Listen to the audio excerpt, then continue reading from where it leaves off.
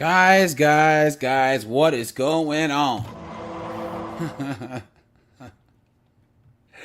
Guys, here we are again, guys. Oh boy, this is gonna be a good one. YouTube censors is in the UK right now, guys. Look at that, guys. Look at that. The UK is in the house.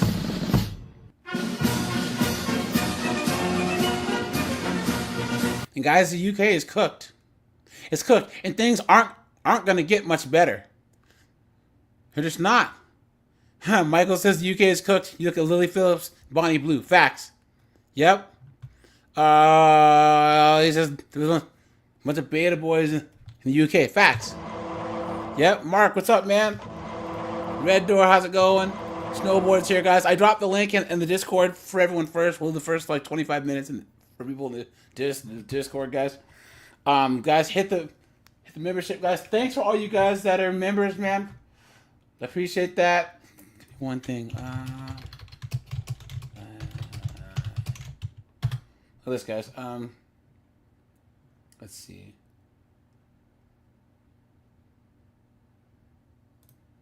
Let's see. Hold on, guys. Give me a second. Let's see here. Okay. Okay, guys. So yeah, the UK is cooked. I think we can all talk about this, guys. The UK is cooked, guys, because the UK is where everyone like hyperbolically says the US is, right? Guys, yeah, we talked about this and Knucklehead Harris, but guys, the UK is cooked. Okay, America is 10 times better than the UK is. The UK is cooked. They have a tyrannical communist government that arrests comedians and people for stuff they say on the internet. They've had all these people from countries where there's a lot of sand move and then not assimilate to their culture. They're an ethnicist hellhole, right? Colin, what am I missing here? They've also basically made it completely illegal to defend yourself against violent crime. Yep. Facts. Yep. Let me see. Tim Hicks, what's up, dude? Ali is here. He said, thank God I emptied my 401k. Facts. Laughing Man, what's up, dude? Good to see you, man, as usual. Good to see you.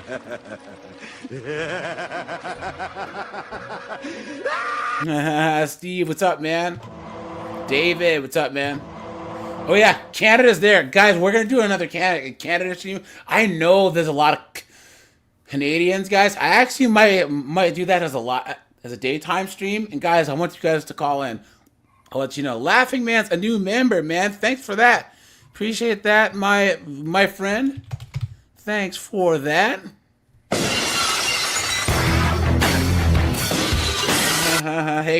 Hey, Colin, Snowboard. Did you guys see the one rapper Trick who was on the thing and on the panel, and the one guy's like, oh my God, that's so transphobic, and he cussed him out. See that? No. I'll have to go over it. By the way, and the rapper guy says, I don't give a fuck about what you talk about trans these nuts, nigga.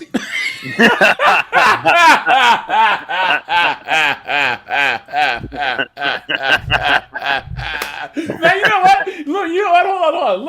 Let's watch it. Hold on. Guys, here. That would be a good sound clip to have, too. Yeah. I already have it. Here you go. Hold on. Trans these nuts, nigga.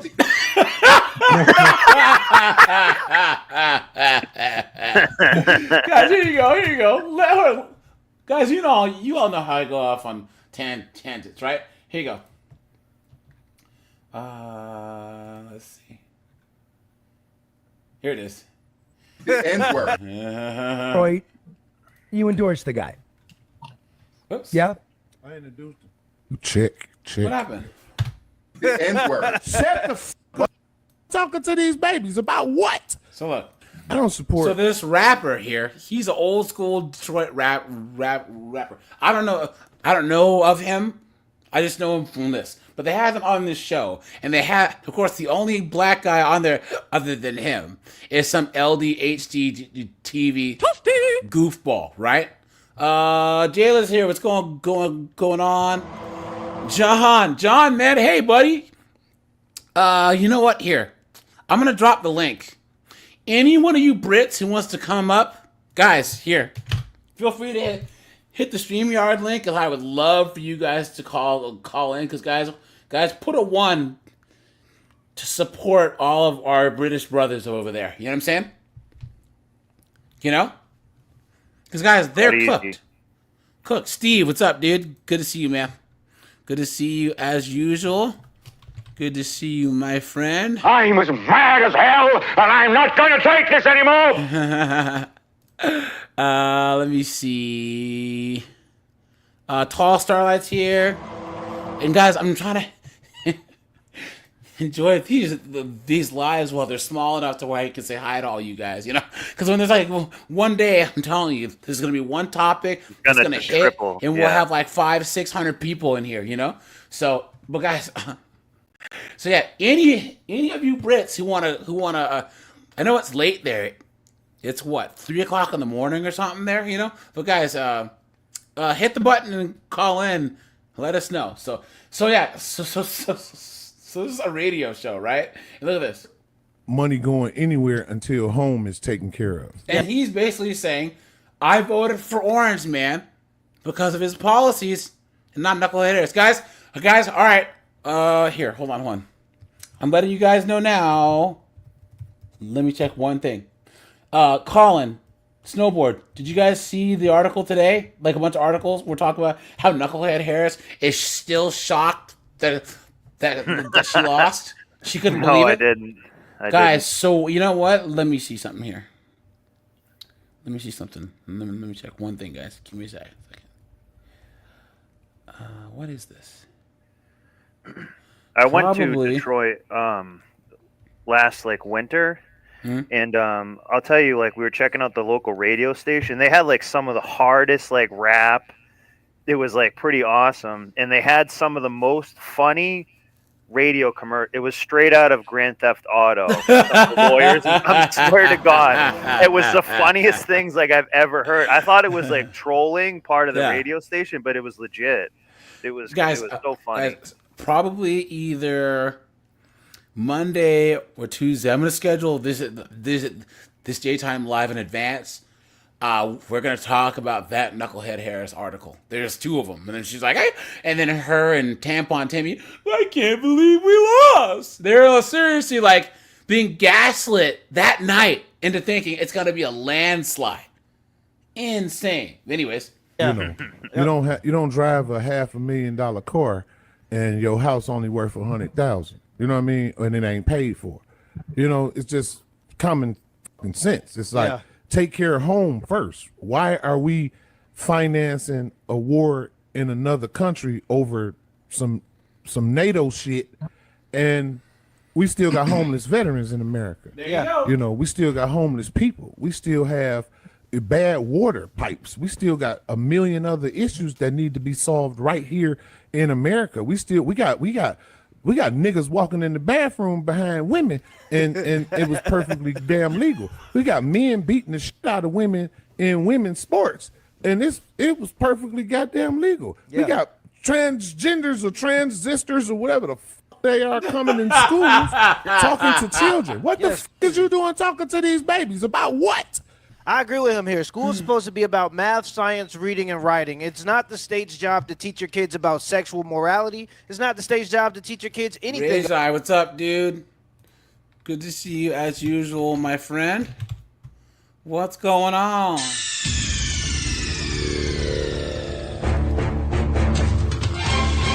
About morality. That's what you're supposed to do at home. And I think something is necessary. Morality is off statistic and putting. What the fuck? How the fuck did we get here? At this point, America, we got a goddamn problem. And clearly we can see now what it is. Yeah. All the money and resources that needed for America is being sent everywhere else. Yeah, 2 + 2 is 4. Let me ask you then. Watch, here we go. I did back of the envelope calculation for about $5 billion. The 40,000 homeless vets in this country. Look at this guy. We can- Look at the soy on this guy. Look at that. You could just say. He looks like a Mormon. look at this guy on the right. Look at him, guys. You can just tell, right? You can just tell. Come on. Beta male. Look at this guy. With the land, we could build them a nice double wide trailer for $5 billion.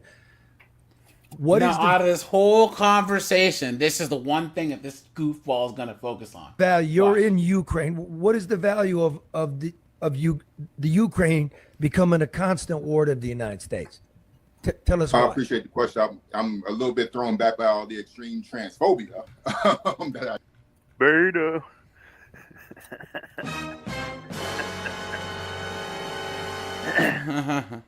So nothing logical registered in his brain, basically. Nothing and he's at only all. going to think about that. He's just trying to virtue signal, right?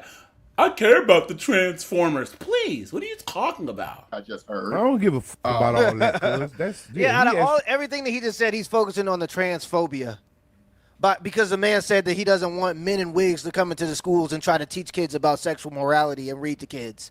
What does that have to do with transphobia? Since when did you become transphobic for not wanting these types of people to be in your life? Or for me to what the fuck? I transphobia?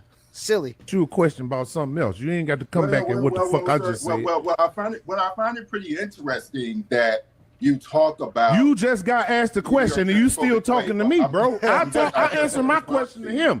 You just asked. Talk to Charlie, I bro. get a right to respond to you. That I'm just. You don't got. I ain't asked you a motherfucking thing. You ain't got to respond to me. Talk to Charlie. Well, that's fine. He asked you a question. I ain't asked you shit, bro. Secondly, you voted for See, it. still fucking The talking. woman got out of there. This The nigga woman ain't left. right. Oh, she back. I'm not here to talk to him, bro. I'm here to talk to you. I don't want to hear shit dog got to say. He started off wrong. I don't know, Trick. Tell me about you. Well, sir, I was trying to be polite, sir, but now that I was, so okay. So is it really that deep? So why are you? Okay, let's hear Well, what he said. how am I supposed to sit here and deal with the extreme transphobia? Extreme transphobia. That is extreme transphobia, by the way. This is extreme transphobia. People that. just be saying words just to say them. That is an example of extreme transphobia. So what do you? You don't get the fucking nigga. Language. Wow. Wow. Nigga, I don't want to hear that shit. You don't run shit here, nigga. You don't get to fucking tell me how to think or how to talk. Nigga, do your... Look at the host. He's like, dollar signs, like, yeah, boy, Yeah, he loves it, viral yeah. moment. Let's go. Good job. You don't got to be that man to say. You can shut the fuck up, nigga, and keep talking to this man. I ain't asked you a goddamn thing. Why He are you asked so you a fucking angry? question. And Wow. you wouldn't like to get your ass You on there can't. and start I talking find it so about interesting how that to you talk. have I'm a grown-ass so man, little boy. little self-control about you. Wow. Yeah, wow. Wow. Nigga, This wow. is just so interesting. You're just. Doesn't that look like a face you just would Yeah. not tire of punching? You know what I'm saying? You can just put... Wow. Punk-ass niggas like that. You don't lack run so shit much here. emotional Look at the self-control. giant like wooden dildo his hands touching, basically. Where the fuck you get I off wasn't telling saying somebody anything. how I'm to saying think? that Who the fuck is you? Who the fuck made you the moral authority over how any fucking body talk, Right. dog? What makes you the moral authority? Who? Well, I found Who? that interesting Who? because Who made you the moral authority to tell anybody how to talk? Where the f do you get your positioning to tell anybody how to talk? I'll wait now. oh well, I didn't thank you much, think sir. so. Nigga. Now, if you will, answer Charlie. That's what I'm talking about. Let's go, guys. Let's go. Homeboy with the hat. City boy, city boy. He kind of reminds me of Patrice O'Neill, the way he looks a little bit. Yeah. Yeah. That's what he said. Question. And please Well, stop talking I'm to me. I ain't here to Dealing with conversate the with you, homie. transphobia. Would you be? I don't give a was fuck about what you offended talk if about everybody trans said these some nuts, people repeatedly nigga. the N-word. Why do you make me so angry? Guys. I don't give a fuck about about what you talk about trans these nuts, nigga. Let's go. You guys know. No, that's what I'm talking about. You talking to me, because you out of place, dog. You talking to me, and this man asked you a question. You out of place. Look at the host. You don't get to tell me how to think. You don't get to tell me how to talk. You don't know nothing about me. You stated that from the beginning. So at this point, me and you have no dialogue, bro. I'm happy. You started I all don't. wrong. You I'm happy. started it I wrong. don't. I'm happy. When I he don't. told you said something earlier. No, I don't. Trick. Tell me, who are you? And I said that I was joking. Okay, shame on you, nigga. You don't know who I am, and that's cool. I don't expect you to know who I am. But the way you came at me like that. Wow. Wow. And then now you want to talk about how I talk. Bro, where you get these? Yeah. It makes sense. He in Ukraine. Yeah. That's a turn of events. Bro, don't no motherfucking kid tell me how to talk, dog. I'll answer the question. Now that I've dealt with this transphobia. Don't nobody tell me how to talk about nothing. Nobody. So why don't you just repeat the question? Please. Because I've dealt with that. Trump has halted weapons. Yeah, man, transphobia these nuts. And that's the group of Guys, all right. No, let's get to the topic here. Now, guys, okay, you guys, Colin, Snowboard, let's, as Americans, let's talk about the like British dudes, right? Because, guys, British men, World War II, right? They were the only part of Europe holding out against the Germans of that bad time, right? Yeah. You know what I'm saying? Yeah. These were dudes. Yeah. They got off of what's it called? Dunkirk, right? No. Mm-hmm. Yeah. And they ended up getting off. Yeah. Was it Dunkirk? Yeah. You know, took a defeat, took the L, but then defended the island. You know, brought the commandos in to do some stuff, and then went into North Africa. You know what I'm saying? They were, man, shoot. Look at the balls on these guys. The SAS. You know what I'm saying? Look at these guys. British military, World War I. Oops. World War I. Look at these guys. Oops. Sorry, guys. Look at these guys. Right? Yeah. Look at these guys. The Battle of the Somme. Running into freaking hails of gunfire. You know what I'm saying? Look at that, guys. Look at that, man. You know what I mean? And then you get World War II. Look at these guys. Look at that. You know what I mean? But now it's not like that at all. Guys, where did these guys go? Where? Where? You know what I mean? Look at this guy. Look at this guy. This was a British man right here. Yeah. And guys, you know what else is crazy? Any Brits in the house? But guys, let me know. Have you heard of how badly young British people talk about Winston Churchill? No. Guys, go on TikTok and stuff. Go on TikTok and Instagram and look at the way they talk about him. They talk about him like he was the small mustache man. Yeah. Yep. Well, he was all about the colonizing, and he was all about this and that, and he was all about the rice dish. Please. Dude, you guys would all be speaking Deutsch if it wasn't for this guy. What are you talking about? What? I mean, he had his flaws. That's guys, probably their modern teachers in education. No. Here's the thing. People have flaws. No one's perfect. Let's just say it that one. Winston Churchill was a racist. Who wasn't back in 1920 and 1930? Yeah. Are you serious? He also drank like a quart of liquor a day too. What I'm saying is, guys, everyone back then had different views on race. What are you? All right, okay. They just don't want to admit it. Like, Yes. Everyone has their own views on race. If you don't have your own view on race, you're kind of a fool. But not just that though. Like, have you guys ever seen like an old dude like an old black dude or an old white dude or an old Asian man say anything horribly racist? What else would an 80-year-old Asian man say? What else would an 80-year-old white dude say? You know what I'm saying? That's how they grew up. Yeah. It doesn't Winston make any sense. Churchill should have like an ivory cane and stuff. Yeah. We will fight them in the forest. We will fight them in the fields. You know what I mean? Like, guys, where did these Brits go? Where did these guys go? Look at this guy. It's an interesting point. There's all this negative rhetoric around Winston Churchill. And it's so funny because without him, the UK wouldn't have held on for as long as it did, which would have allowed the United States to basically have a staging point to help in World War II.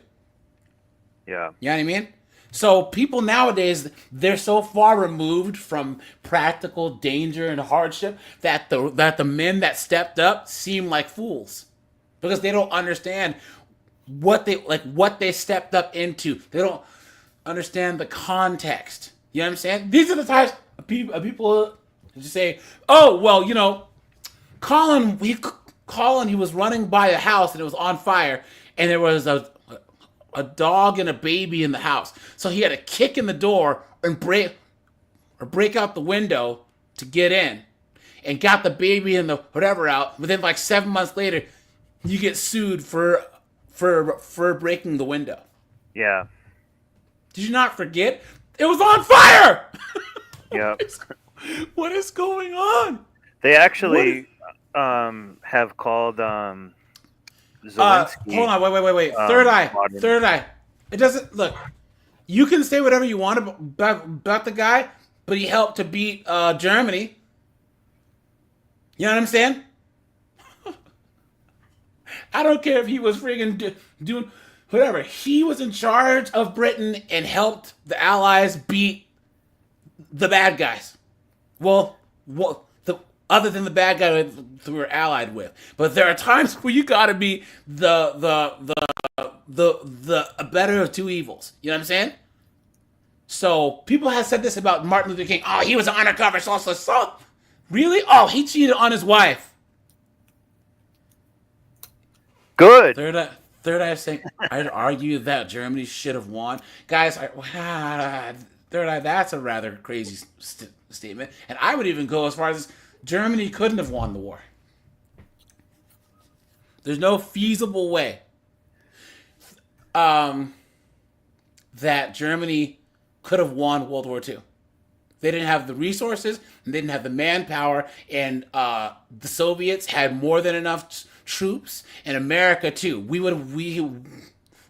Soviets had quite a bit. They don't get any credit. Germany was too small, and they didn't have enough people, and they didn't have enough resources. Even if they would have won more battles, it would have just put the it would have just delayed. It would have delayed the inevitable. You know what I'm saying? But guys, here's the thing that like people think that I think is funny about like the whole German thing. People think that those Germans of that time would have been nice to the whole rest of the world if they would have won. No, right. Hey guys, any one of us that are any one of us, Americans, black, white, or whatever, we weren't part of their plan, guys. They would have cooked us too if they would have won, which they wouldn't have done, because obviously America's huge, not a huge population, and industrial might. You know what I'm saying? Because there was it not Eisenhower. Who was it that when we dropped the bomb was like we need to keep going past Japan and get Russia that next? guy who got greedy. MacArthur, right? Yeah, MacArthur. I think so, Yeah. Guys, imagine. He just wanted to keep going everywhere. Because we should have. Yeah, we could have conquered the world. Think about it. If we would have not stopped at Japan and gone into Russia, guys, Russia was cooked. Cooked.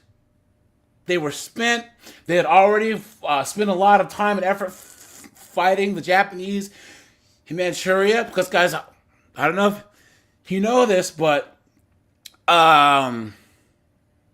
Russia had declared war on Japan after the fighting in Europe stopped. And one of the largest campaigns in World War II happened after the European campaign ended.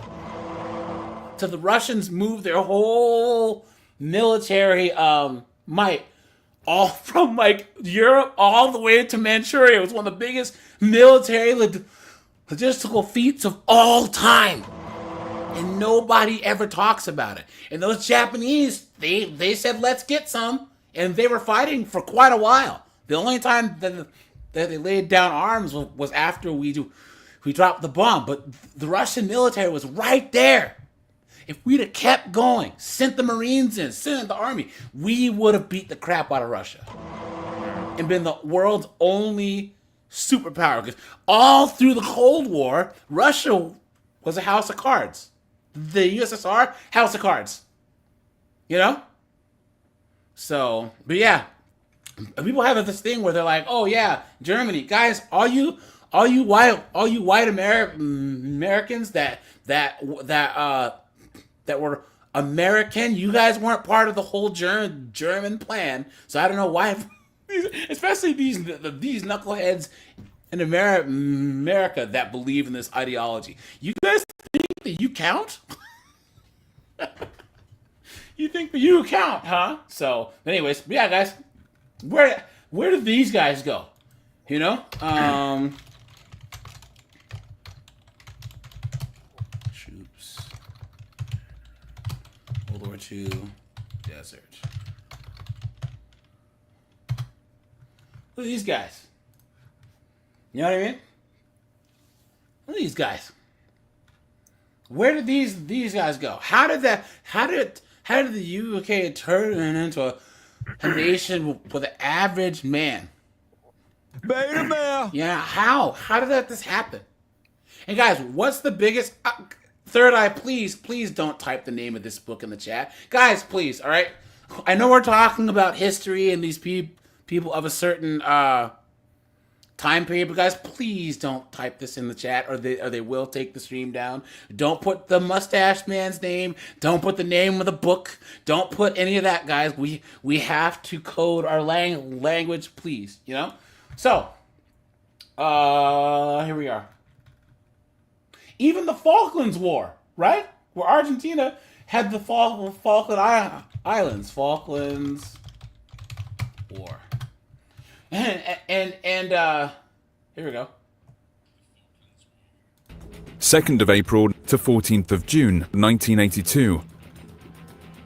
On the 2nd of April 1982, forces from Argentina invaded the British overseas territory of the Falklands Islands, the first invasion of British territory since World War II. The small British garrison of 80 Royal Marines there surrendered. Argentina claimed sovereignty over the islands, and its military believed that Britain would not try to regain the islands by force. Leopoldo Galtieri's regime hoped to win back its dwindling popularity by creating patriotism and divert public attention. Bad idea, right, guys? You guys know about the Falklands War? Yeah. Yeah. From Argentina's economic problems. The Argentinians were within only 480 kilometers or 300 miles of the islands. Britain, meanwhile, was 12,000 kilometers or 7,440 miles away. British Prime Minister Margaret Thatcher, accused of neglecting the islands, assembled a task force to recover them. It would consist of 6,000 troops and 30 warships plus auxiliary vessels. A small team consisting of Royal Marines, SAS, and SBS recaptured the South Georgia Island on the 25th of April. The main British task force would reach the Falklands Islands in early May. An exclusion zone was set up around the Falklands Islands, where any enemy Argentinian ships or planes would be attacked if they fell within it. On the 2nd of May, the Royal Navy submarine HMS Conqueror sank the obsolete Argentinian cruiser General Belgrano, killing 300 of her crew. After this, most of the Argentinian ships were kept in port for the rest of the conflict, and it would now only contribute its naval air force. The event was controversial because it happened outside of the exclusion zone. The Argentinian Air Force, however, Whatever. They got their asses kicked. Yeah. So yeah, guys. You know? That's how Britain used to be. Now, guys, here's a guy. He's talking about Britain now, right? The N word. Shut the Here we go. Right. All right. So this guy right here, he's going to talk about why he left the UK, and then there's a couple of documentaries. But guys, in a nutshell, right? Couple things. The economy has become London specific, meaning that the southern part of England has become the focal point of the economy in a bad way. Meaning that businesses have abandoned all the manufacturing and everything in like northern England and in Wales and Scotland, right? And then the government is soft on crime, was all about open borders. You know what I'm saying?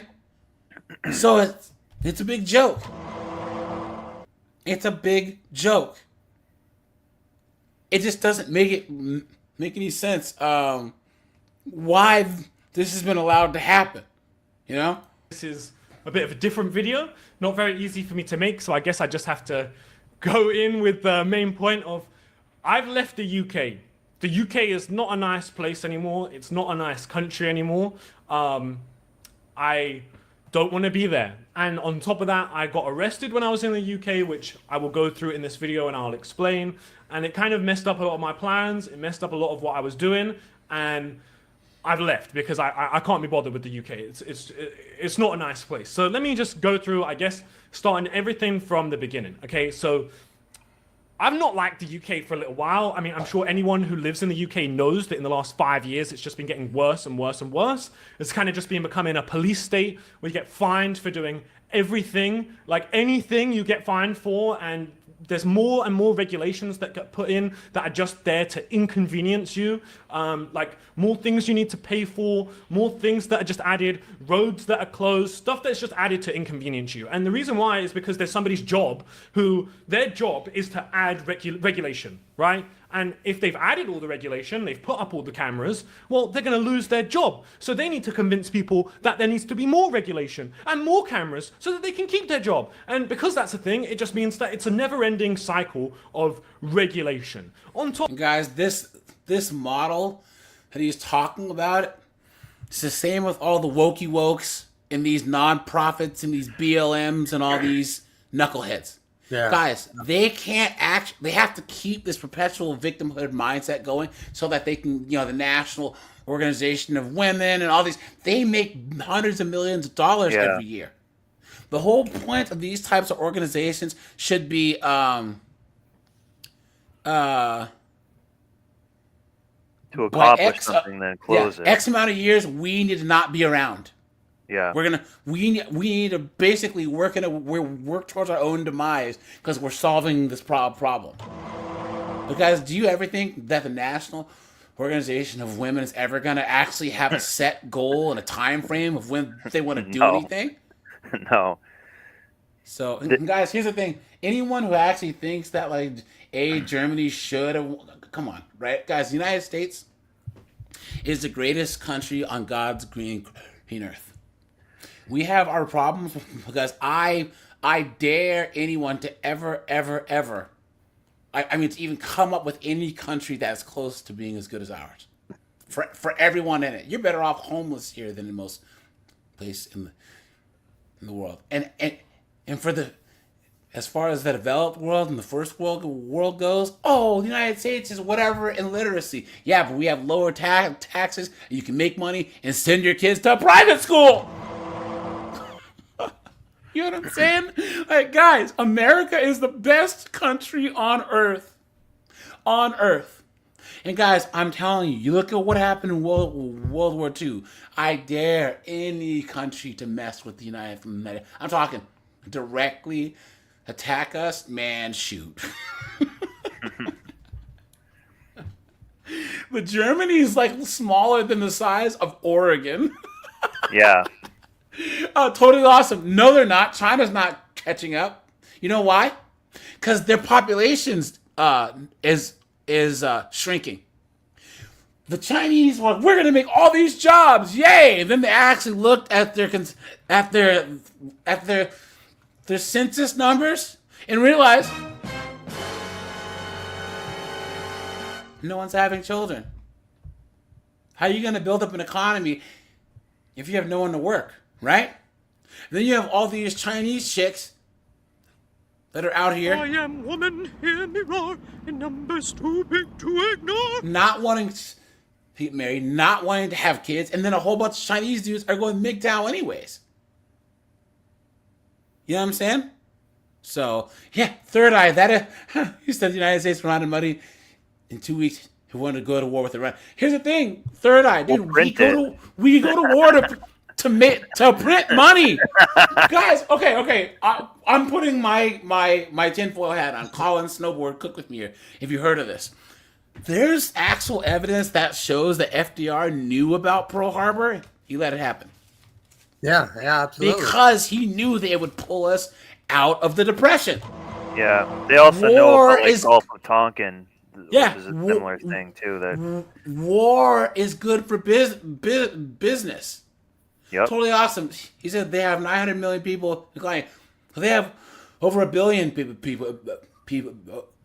Here's the thing. Their population, because of the one-child rule, they have way more men than women. They have way more old people, and they were trying to grow their population, but there's no jobs.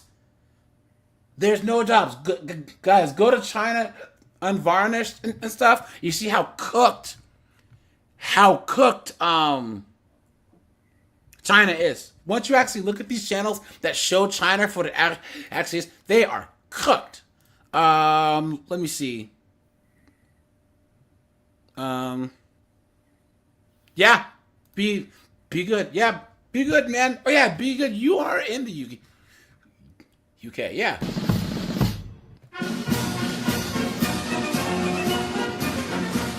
Yeah, guys. Yep, that's how it is. Yeah.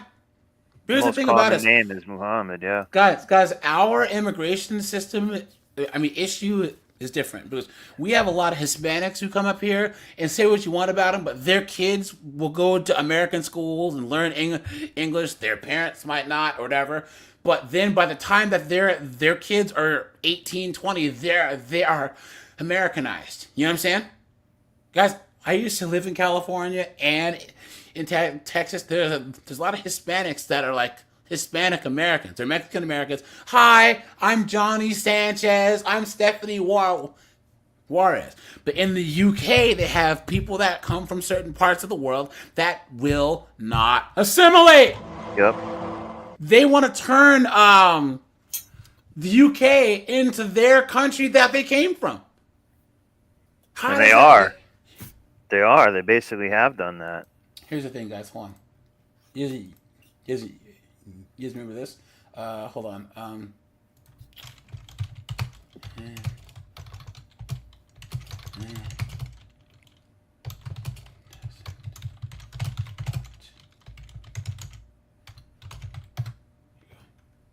Where's that guy? Was he in Instagram? Let's see. Hold on. Hold on.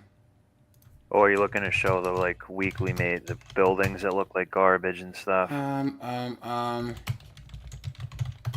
was you guys remember the one guy? He was like, the military needs to get involved and not let the boats hit the shore. What if there's women and children? Not let the boats hit the shore. You guys remember that? The one black guy. No. He's like, I moved to the UK because I want to live in the UK. Why are people trying to come here and then turn the UK into the country that they came from? Hold on. Here you go. Hold on. Well, this is something different, but here's Here we go. 55 or 60,000 people coming to this country illegally on a boat. How is that happening? That's insane. The year I came to Britain, 1996, 55,000 people came here legally. And now we have more people than that coming illegally every year. And we're an island? We literally have water around us. People have to get on a boat to come here. How is it happening? Facts, right? Yeah. Right, guys? Would you ever? And there's one thing that they don't want to talk about is illegal immigration. And I've told you guys about these ethnics that are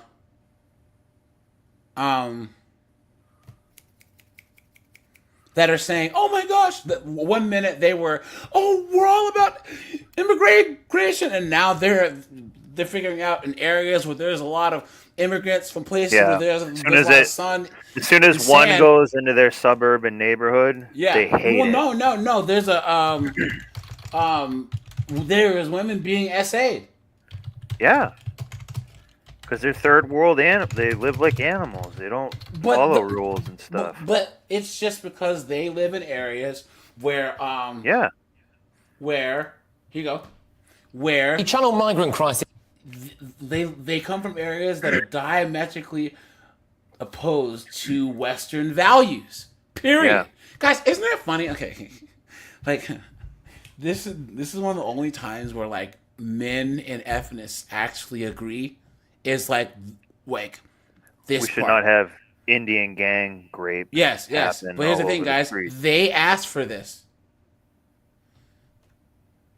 This is a threat to women in Britain. GB News has uncovered video footage used by people smuggling gangs that uses young, drunk, white girls as twisted bait to entice North African men almost to come like to Britain. TR was saying a this cursory 15 glance years ago. of Google reveals numerous cases of convicted rapists trying to cross the channel or people who've been accused of sexual offences since arriving. Now, it appears that human traffickers are essentially telling channel migrants that if they come to Britain, there'll be a ready supply of young, intoxicated women for them to just have their way with. We've got a snapshot of one of these promotional clips for you now. We'll be playing a lot more of this throughout the course of the show. But these videos have been used by several accounts on Instagram with hundreds of thousands of followers.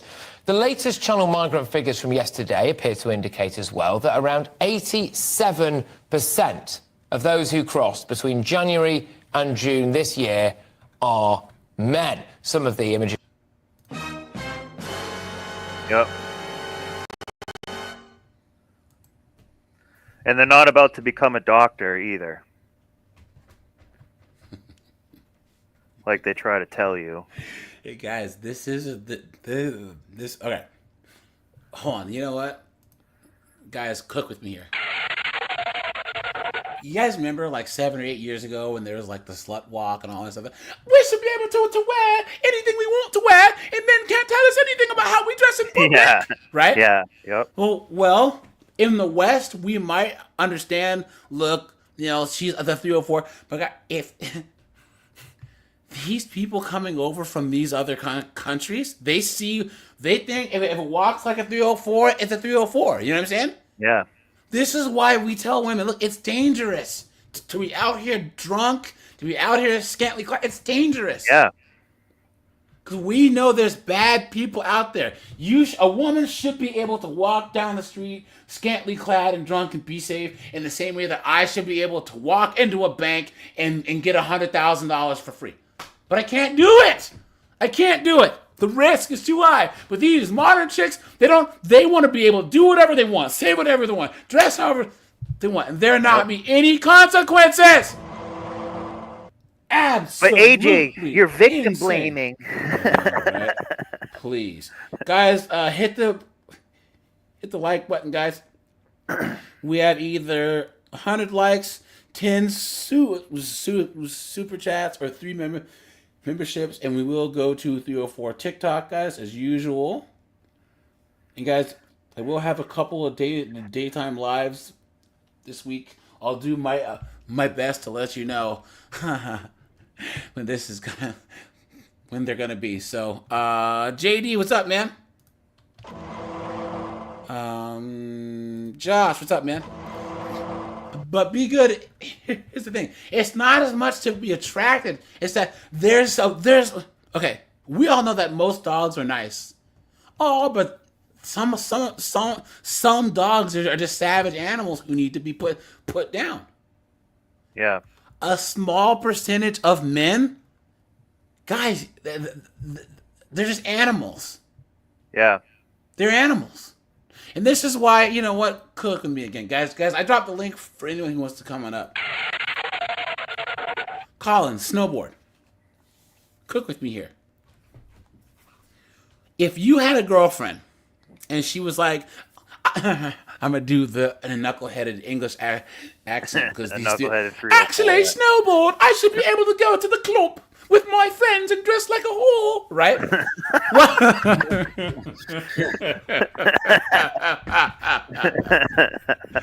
Well, let's just say that you were gonna take the time to actually explain why she shouldn't do this. What would you say? It's, you know, it's asking for trouble with something like you know, there's going to be a group of Indians out there that are going to do a gang rape.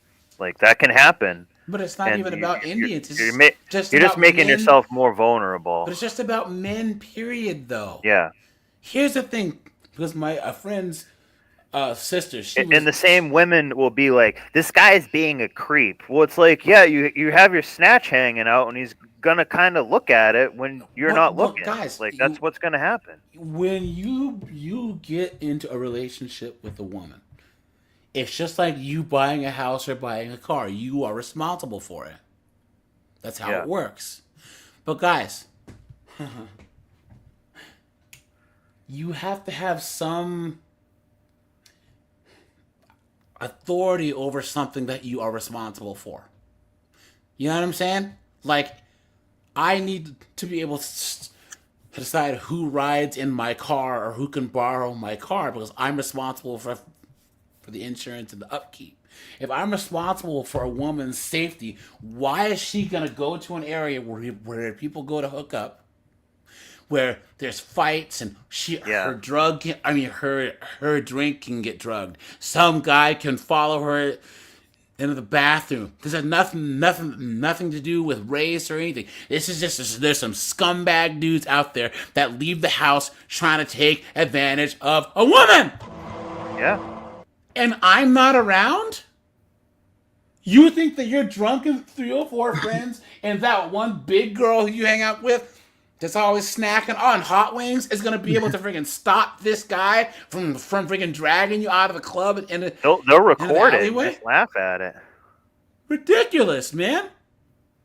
Ridiculous. Like Colin, how about you, man? What would you say? Well, you know, they're just this is kind of basically what Snowboarder just said. They're making themselves the easy target for that small, that small group of bad men.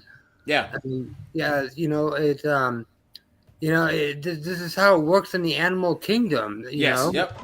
You know, they're always going to go for the low hanging fruit, and I mean, if you're going to dress and present yourself as a sexual object, don't be surprised when you might get treated like one. But it's the situation too. So, for instance, I was talking to this knuckleheaded Rod Solomon, man. Thanks for gifting the 5 memberships, man. I appreciate that, man.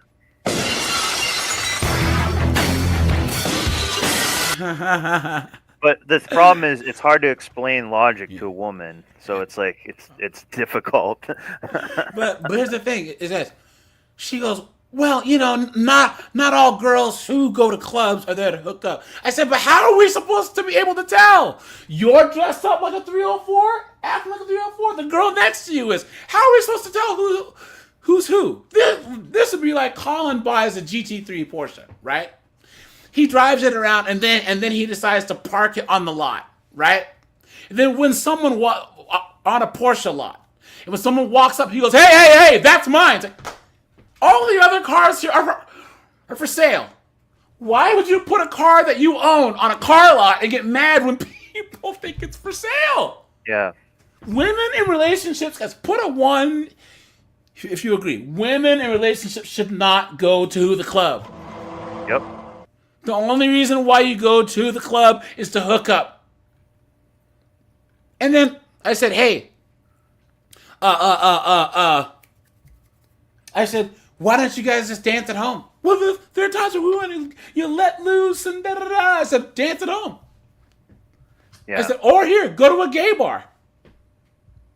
You know, then you don't have to worry about any guys rubbing up on you or whatever. It's not the same. Exactly. I said, because you know for a fact that you want heterosexual men oogling you. That's why. Just be honest. Yep. Us guys go to the club and say, if us men go to the club, we say we want to try and get chicks. That's why men go to clubs. Yeah. If we're going to the bar, they're calling me and Snowboard go to the bar. We're just there to have some beers, play some darts or whatever, right? But if you go to a club, specifically, you're going to party and get hoes. And here's the thing, guys, it happens all the time. Girl, think about how much damage that small percent of animal dudes can cause. Look at how many, all these major serial killers. It goes Ted Bundy, BTK. Think about, if you combine the amount of women that they've deleted, think about how much damage one doctor can cause in a city. One bad doctor. I think about how much damage one bad cop can cause in a town. Quite a bit. You can have 2% of men terrorizing women. And they put themselves in these situations where it's like, why would you do that? Why? That's such a childish way to do things. I just don't understand. And here's the thing: they don't consider how their boyfriend or husband or whatever would feel if something happened to them, if they got SA'd at a club or a bar, and the guy who's your husband, he's supposed to protect you. That's what he signed up for. But you're so bullheaded. Oh no, I'll be fine. You can stay home. Yep. And next thing you know, so. As we were showing you there, of course, were also from across Europe generally. But it should be blindingly obvious that allowing tens of thousands of sexually repressed men from countries where women are treated as property or second-class citizens and the age of consent is somewhat of a grey area will put British women and girls at risk. But guys, there's all these knuckleheads. A lot of them are women in the UK who will say the fact that he said that. How dare you? Right? Yep. These are the same knuckleheads who want to talk about restorative justice. You guys remember that one, the knuckleheaded broad that Andrew Wilson was debating that was talking about that she doesn't believe child predators and stuff should go to jail. There should be restorative justice. Yeah. This soft on crime, soy boy, knuckleheaded foolishness. Ridiculous. Well, there was another one who I think it was maybe even a husband and wife, but I know it was a woman who was like trying to like cycle through Afghanistan, thinking a lot of this is not, you got like beheaded or something. Yeah, it's like come on, you can't. Or the reporter, she was trying to like, people. She was in like India or whatever, and she was out at the beach doing some report, and then all of a sudden she got grabbed and a bunch of dudes SA'd her. You know what I'm saying? Yep. It's crazy. Yep. Apparently, that needs spelling out to people. Human trafficking gangs are using young, intoxicated British women as bait. Guys, look at this. What the fuck? Look at that. Guys, I try to not swear, but what the fuck is this? What the fuck is going on, guys? What is going on? Crazy. Guys, think of this. Think about this. If we're in the 1900s, the early 1900s, 1800s, 1700s, and we were a town or a small village, and a bunch of men of any race of any kind came riding towards the town on horseback, nothing good can come from a bunch of men approaching your country. They're essentially like poon pirates. Yeah, well, they're just marauders. Look at this. Look at that, guys. And there's people that are like, we've got to make sure that Britain's good for everybody. But hey, we've got to make sure that we're the standard of the world. What are you talking about? Yeah. Look at that. I can remember a fair few years ago when the odd ruddy-faced, red wine-infused, portly politician would come out and say stuff like, well, if women want to be safer on the streets, then maybe they shouldn't go out looking like that. But that was wrong, wasn't it? Asking women to change the way they behave to keep themselves safe from men, of course, that's wrong. Now, I don't want to see women in this country have to change their behaviour to protect themselves from predatory men who think that they can come here and treat women as fair game. Well, tell them to stop voting for it then. Guys, who's the number one group who votes for these open borders and soft on crime policies? Women. Who? Thank you very much. Anytime there's anything about borders or police, it's... He died. That's how you guys did. That's how he died. Juneteenth. He's ridiculous. Guys, come on, guys. Guys, come on, guys, please. You can't put Islamic animals in my chat, guys, please. Guys, come on. You're killing me, man. You're killing me. Put Islamic camels. Because they like to hum. Guys, just put people from like the sand areas or whatever, guys. Come on. You guys are killing me. As much as I agree, I'm just saying, guys, I agree. But guys, please, I need you guys to code your language. Guys, the YouTube algorithm's Coyote and we are the Roadrunner. All right? Guys, please. Look at this comment right here, dude. Look at this. Shots fired! Shots fired!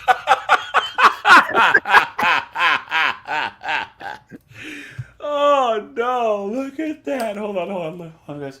Let's do this here. Okay. But I have a feeling that certain political groups are so fanatical in their support for open borders and unfettered illegal immigration in the Channel that it's probably only a matter of time before they do actually tell women to dress more modestly, drink less on nights out. Now, before the usual suspects pipe up, yes, I am aware that we already have a huge amount of rapists and sexual predators in Britain. In fact, it turns out that we've had a fair few in our own police force. And no, I am not suggesting that every single man coming across the Channel... But how is that an argument? Well, you know, white men in Britain do it too. What the fucking argument is that? Because he has to try to make it balanced. Look That's at why. that. Look at that. ...is a violent sexual offender. But what I am saying is that clear... Yes! There you go. You can use Nug 11. Nug 11, yeah. Clearly, the idea that you can come to Britain to have sex with young women is being used as a selling point. Now, if the cost to the taxpayer isn't enough to stop this madness, if national security isn't enough, if nothing else is enough, surely the safety of young women should be. Well, they need to start voting. Yeah. In a way and also, that is against, yeah. We can't say this, like, maybe they should have a little bit of situational awareness. But if you ever to say that, you get, how dare you? Yep. Like, sure. you know, they have to have a little bit of that. Here he is. This is Black Brit Chad. You ready? God bless this man. He is a true patriot of the UK. I want England to be a nation of Caucasian heritage people. Just like if I go to Saudi Arabia, I want to see Saudi Arabians. If I want to China, I see China. England's not in what, 10, 20 years time, is not going to be Anglo-Saxon Caucasian heritage anymore. People look like me, and that's not going to be a good thing. Why isn't it a good thing? Because they're going to be bringing in an inferior culture. What would you do to stop the small boats? I'd militarize it. I'd tell the military nobody lands on the beach. Get the military to stop it, and I'm sure they could. How do you think they go about stopping it, though? No boat lands on the beach. No boats would land on the beach. Does that mean sinking them? Whatever's necessary. If there's like kids, women This guy's a cock. on the small boats, they should still be sunk? No boats would land on the beach. God. Yeah, that's what I'm talking about. City boy, city boy. Let's go. Let's go. Right there. Be good. Guys, you know what? This pisses me off more than anything else, right? Let's punt the brakes here, guys. Let's punt the brakes. Where are we? Be good. If anyone calls you a racist when you talk about, guys, ask them since when is this religion a race? Yeah, it's a belief system. It's a belief system. They're not a race. If you have Muslims who are Pakistani, I mean, who are Arabs, who are Africans, who are everything.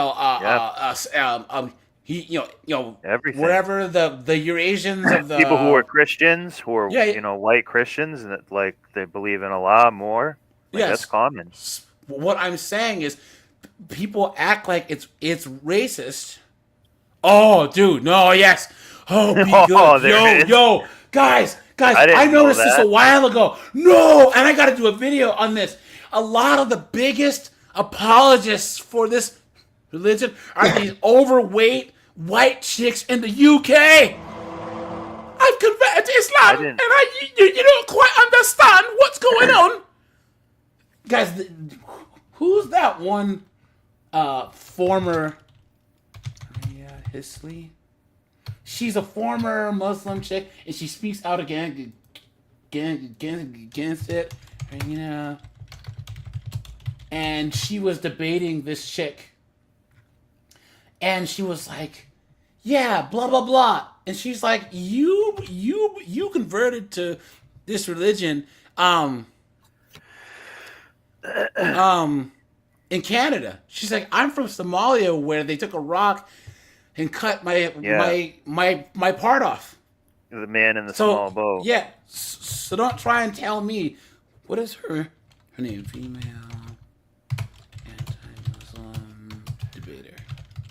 What is her name? This is her name. Ayan Hirsi Ali. Okay, hold on. Guys, we're like all over the place. I don't care. Let's see. But if someone's gonna call you an arsist, or saying anything about a Muslim, it's really not worth having a debate with them beyond explaining that one thing, because they already have their mind made up. City girl, look. She said TR has been right this whole time. Yep. Yeah. She has been on the front lines of this for years, because she grew up in this. Where's the one thing where that lady in Canada, she was a white chick wearing a full burqa trying to lecture this woman. Where? I'll have to find it, guys. Yeah, she's been saying this for years. She's like, why is Sweden, Denmark, Norway, the UK letting these knuckleheads in here? Yeah. Why? Well, a lot of that is by design. If you're trying to overthrow, if you want to take it to a higher level, an NWO level, a lot of that has been designed and pushed by people like George Soros and stuff, who they want to disrupt all the societies. But otherwise, you would never want that. Guys, come on, guys.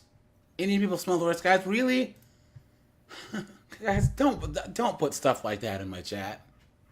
You know, guys, come on. Guys, we have opinions over here, and guys, some stereotypes are funny and all, but guys, let's come on, man. What you guys are really trying to get my stream date taken down, guys. Please.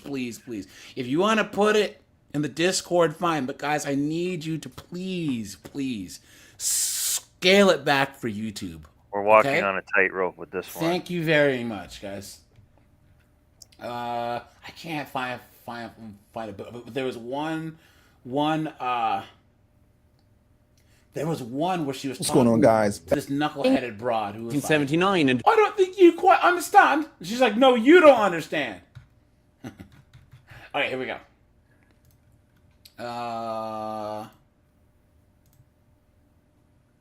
Let's go right back here.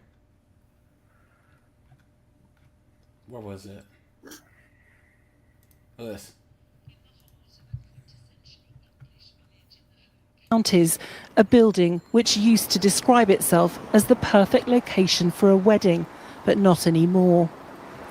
Most of the signage has been taken down, but it's no secret this is a hotel, which is now being used to house dozens of asylum seekers, much to the consternation of some locals. What do you got? Look at how they look, guys. Isn't it funny how they're all men? Yep.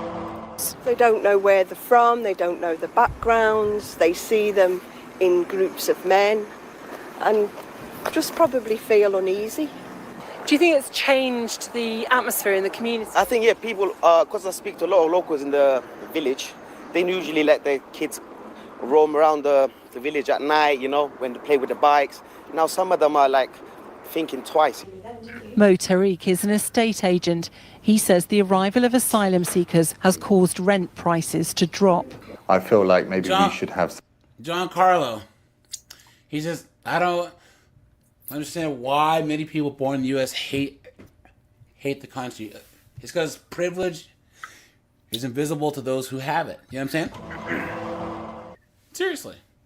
And it became sort of popular in colleges and school system to have that mindset. So you seemed kind of cooler or edgy, I guess. Well, was part of it. Perceived that way. I'm not saying it's cool. I'm saying it was perceived you that and way. I and Colin and I have had this conversation about like the LDHD TV thing and all this. A lot of young white kids, especially white girls, don't want to be part of the oppressive white majority, right? So they adopt all these nebulous LDHD TV terms, or they go hard for the BLM thing, or whatever, so that they can other themselves from everyone else, and then lecture all you cisgendered hetero white men. And it honestly, John Carlo, it's kind of in a way the new lame version of being like punk rock or counterculture in a way. Yeah. That's a big part of it. That's appealing to younger people. They want to. It used to be you'd be on a skateboard doing graffiti and have a mohawk, and like people have that in them that they want to rebel, but they're saying they're being kind of trained and brainwashed into saying this is the new way that you do it. Yeah. And they don't really understand. Be Good says I'm pretty streetwise. I grew up in a rough area, but there's so she feels nervous because there's immigrants who stand in big groups and make noises, and that's the beautiful thing about America, guys. You can carry firearms. Yep. Because over here it'd be welcome to another episode of I Wish a Motherfucker Would. Shit. You understand, guys? So my mom worked at just a Glock for a whole group of people. Seriously, yep. I got 9-10 friends here, and they can all run faster than you can. You know what I'm saying? Seriously. So my mom, used to work at a hospital, and the hospital was nice for a while. You guys know how there's different colleges and hospitals where the neighborhood around it just goes to crap. You know what I'm saying? So she was driving. So she usually used to drive an old Jeep to work, but then her Jeep was messed up, so then she drove her Mercedes. And she goes to the parking lot, and there are these three dudes like sitting on her car, like on the hood of her car. So she goes, "That's weird." So then she like beeps the thing, and they see who it is, and they start walking towards her. My mom said, she whipped out her Glock and said, "Not today, guys." Nice. Oh my God, man! We were just trying to tell you that there was someone trying to mess with your car. And she's like, "Yeah, right." Yeah. She said, "I will shoot." Tell them I have a gun too. She said, "I will shoot all three of you." She's like, "Guys," she said, "I've had a long day, and you really don't want none of this." Oh my God, man! And they all ran away. So some system in place, something for them to do here, because what how about you swim back home? Often happens, in my view, from where I'm sitting, is that they will just stand around and they look like almost like they have nothing to do. In fact, the asylum seekers tell us they're bored and unhappy. They're not allowed to work whilst You didn't have to come to the UK, right, guys? waiting for their claims to be processed, and that can take a long time. This man from Eritrea has been in the system for 8 years. For me, it's absolutely terrible. It's not good. It's not good. Just leave, just eat, go back to the room. Just eat, go back to the room. That's your day. You eat, go back to your room. Yeah.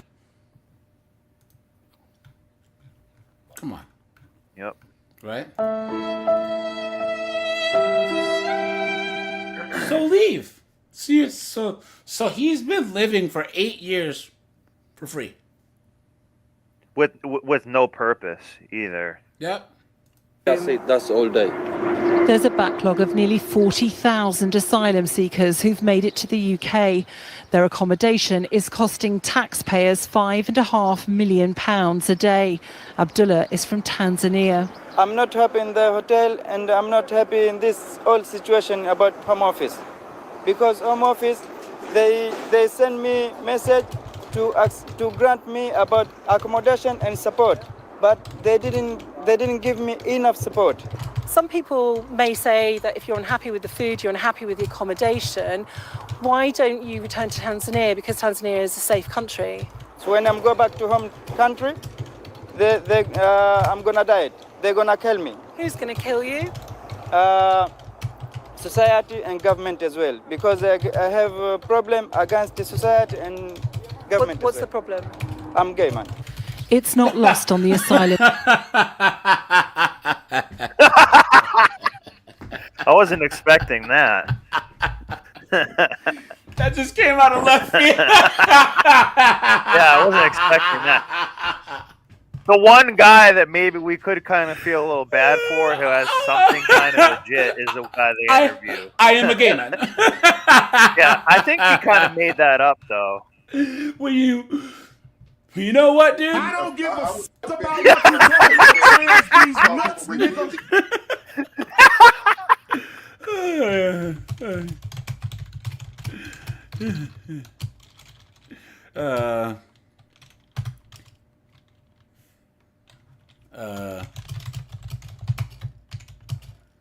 He might have been making that up because he did pause for a little bit before he said that, but maybe he was kind of embarrassed.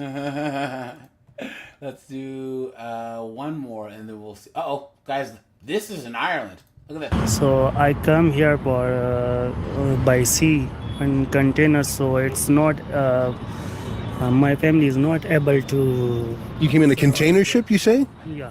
Do you think some people are coming to Ireland? Look at that woman running. Look at that. You see that woman running? Guys? Yeah. Look at that. Claiming to be asylum seekers, but I've been here. This is in Dublin. I've been here. really they're not. They're just here to take advantage of Irish hospitality. That's a long-term scam. Do you think that's related, though? If you bring in hundreds of thousands of folks, it's going to drive up the supply and demand. No, it's already been an issue in Ireland before immigration, so it's more of a landlord issue and current government issue. I'd say it's nothing to do with immigrants. Beta cock. Yeah. You've been took.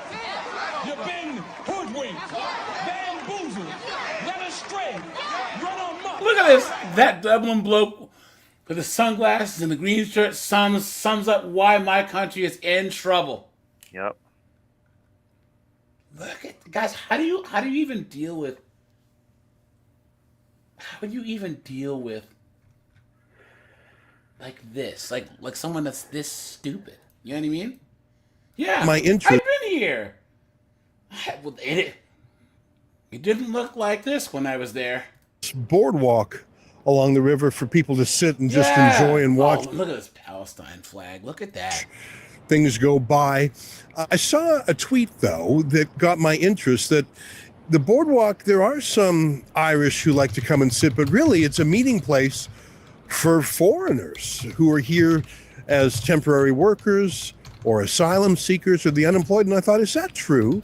So I spent some time just going down the boardwalk, talking to literally every single person I met. And my first question was always the same. Where are you from? Let me show you the answers. We're asking folks where they're from. Are you from Ireland yourself? Yeah, from Dublin. And you Look at this guy right here. Gay. Look at this guy, man. Look at this guy. Toasty! Look at this guy. too? Yeah. Moldova. And how about you? Yeah, Moldova? India. India? I'm from the Philippines. You don't say. Look at this. This is one of the most Indian-looking dudes I've ever seen. Yeah, Moldova? India. India? Really? from the Philippines. Philippines, you too? Yeah, same. Why are you, mate? Where are you from? I'm from Pakistan. Romania. Romania. Egypt. Hi, guys. Where are you guys from? I'm from China. You're from China? Are you You don't say. Yeah. you from China also? Yeah. Are you from China also? No. From Nepal. You're from Nepal. I'm Irish. Angola. No, Romania. Romania. And No English. you know English. Okay. Are you guys all from Romania? Yeah. From Prague. From Czech Oh, Prague, Czechoslovakia. Okay, yeah. Where are you from? Holland. I'm from Argentina. Yeah, I like Irish people. One is the loveliest people in the world.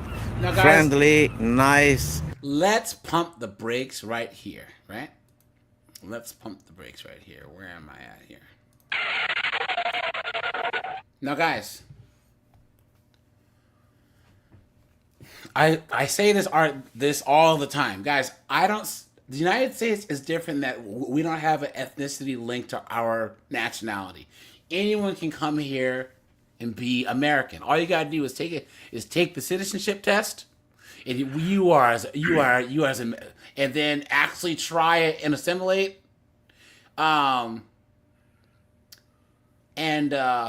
You are, as Americans, apple pie. I know this because I have a lot of friends of mine that are Ethiopians, Eritreans, Cubans. They are the most patriotic people I've ever met in my entire life. The Taiwanese, I have friends of mine that are from Taiwan. Guys, they have the big American flags. They celebrate the 4th of July. Guys, they are some of the most patriotic Americans I know. People that came here legally and actually did the work. You know? But guys, in Europe, it's different. Because the English are an ethnicity, just like the Chinese are Chinese, or the Nepalese are the Nepalese, or the Mongolians are Mongolians, right? 1,000 years ago, there was English people there, okay? That is their country, it is their culture, it is their language. Guys, please try to not swear in the chat. Thank you. But yeah, so I see nothing wrong with English people saying we would prefer that the majority of our country looks like us. I don't see the problem with the French saying this, or the Germans, or the Danish, in the same way that I don't see a problem with the Saudi Arabians saying it, right? Yeah. What's wrong with that? What's wrong with someone saying, I am from France, and even though we do not win the war, even though we sell on there, you know, that a Frenchman wants his country, the majority of people, to be French, speak French, whatever. Someone tell me what's wrong with that? Nothing. I don't see an issue. That's what we should have did in Afghanistan for like 20 years. They don't want to change how they live. Yeah, but America is different because we are more nationalistic, because we don't go by ethnicity, we go by race. So we go by our nationality and then our race, whereas everywhere else it's ethnicity. So are you Scottish, right? Are you Scottish? Are you Welsh? Are you English? Are you French? Are you Moldovan? You know what I'm saying? So, yeah, guys. So the Irish are saying, look, we would prefer that Ireland stays Irish. What's wrong with that? You know? Captain Plain. Well, I can tell you why I don't like the Russian guy. Because any government that can disappear you for speaking out against it, I don't like. You go on the Prigozhin airline, that's what I call it. Yeah. I don't respect any type of government where if you're talking bad about it on the internet, you know, people that have talked enough stuff about him have just disappeared. They'll be like, and then all over world, like the one guy from Chechnya. I'm not gonna say his name because people who talk about him tend to disappear. Okay, I don't respect anyone who does that. I don't know how anyone can bring themselves to talk positively about a person who says, all right, well, Clayton had a demonstration in the town square against me, so I'm gonna send my freaking Gestapo to come get him. You know what I'm saying? No, I don't respect that at all. This is America, We have freedom of speech. I can go out in the corner right now and say anything that I want about anyone. Period. So can make jokes. Or even on the internet. Guys, I can make my own website and say whatever I want. I can't say it on YouTube, but the internet itself is public. If you guys want to say whatever you want, make your own website. www.everyonecankissmyass.com. Yeah. /suck it. Yeah. Folks, very nice people, like Latin people. And where are you from originally? Romania. We're asking folks about immigration because we're from Canada. Look at those tents. And it's a big issue over in Canada. Do you think immigration is a political issue in Ireland? Here it comes. Well, I don't think that the views of people right now should be against immigration. Like Ireland have always been in people that immigrate, so I don't think it's an issue. I think it's more of a housing issue that people are. Let's rate this guy on the simp meter. He looks like he has 2 earrings on. It's over 9,000. Worried about. Are you here as a student? Or are you working? Working. Yeah. What are you doing for work? Well, he's Indian. I mean, come on. All the Indians I know, they're all software guys or whatever, he's a tech guy. So, yeah. Maybe expanding. I work as a data analyst. And how long have you been in Ireland? 8 years. 8 years. And how's it treating you? Do you like Ireland? Yeah, it's good. Sen, and how long have you been here in Ireland? I'm in refugee case. How long ago? 4 or 5 days ago. And what do you do here in Ireland? Do you work? No. So are you an asylum seeker? Yeah, I'm an asylum seeker.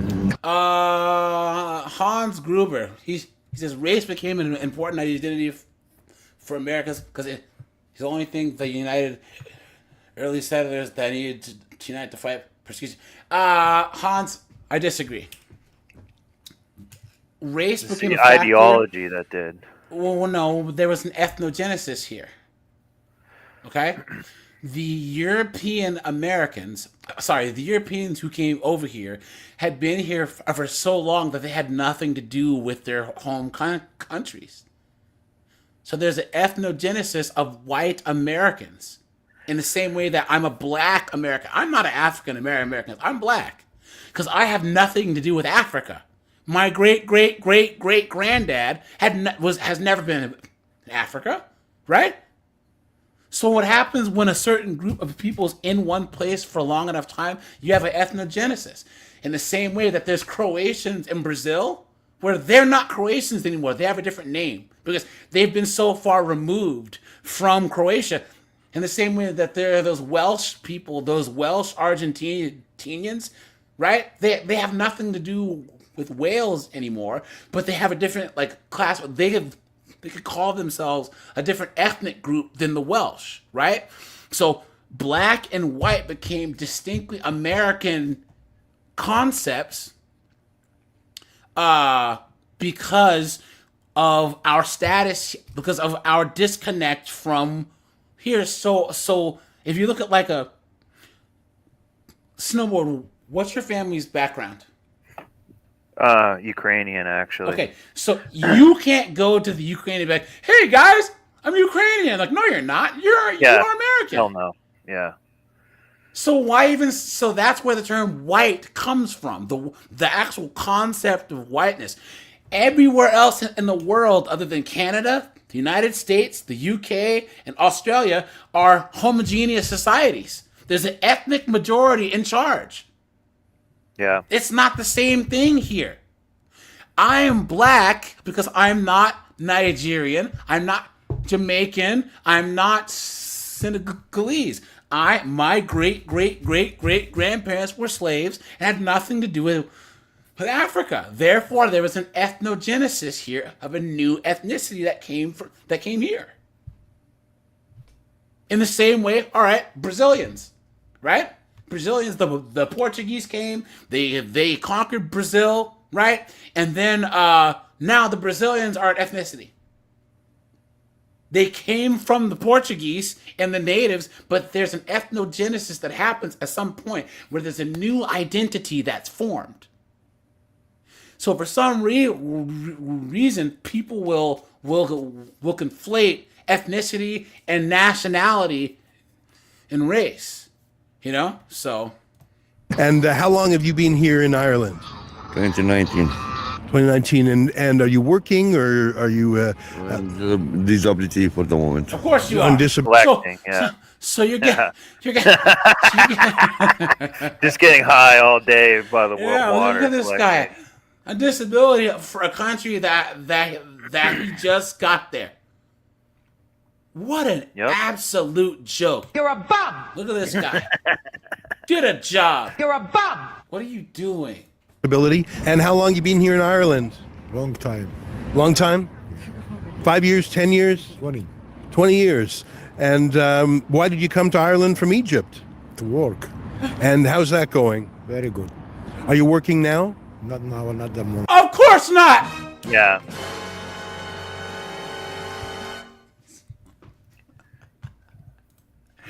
Guys, he's sitting there pretty happy because he has enough to go get beer once it becomes 5 o'clock, and he sits there all day. He loves that. Guys, we have 73 people watching. We have we have 75 likes. We have 100 people watching. Guys, hit the like button. Hit the like button, guys. Consider joining. If you don't see the join button, guys, you can go to my about, and the link to join the channel for a membership is there. It sounds like you have an accent, though. Where did you come from? Actually from Latvia, but... That's a woman? From Latvia. How long have you been here in Ireland? 19 years. And how do you like it? Obviously, you like it. Have you been? Of course I like there. Is your family here? No, I'm alone. And do you work or you? At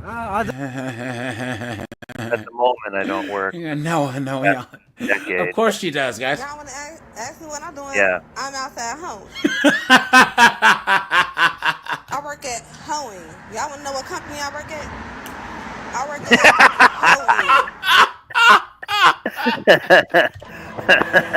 Hoeing. You know what's funny, guys?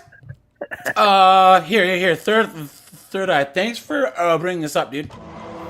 He says, guys, I would say the most racist people on Earth are probably the Japanese. I can't really say if it's racist or if it's xenophobia. You know what I'm saying? Xenophobia. Yeah. Guys, more xenophobia. Even if you're Japanese, but if you're born outside of Japan, they don't want you. Yeah. My friends are down in Argentina. They were born. I mean, they've been there for 2 generations, and they can't immigrate to Japan, even though they're Japanese. They speak the language, but Spanish is actually their language. Like, nope. And it's so funny. White people are the most racist people on Earth. No. Go to Japan, bro. Yeah. Go to Japan, you know? At the moment, I not work. Of course not. Right? Of course not. Are you an Irish citizen? Yeah, of course. Yeah. And how long have you been here in Ireland? 26 years. 26 years? Well, you're an old timer then. This guy ain't working. Are you an Irish citizen?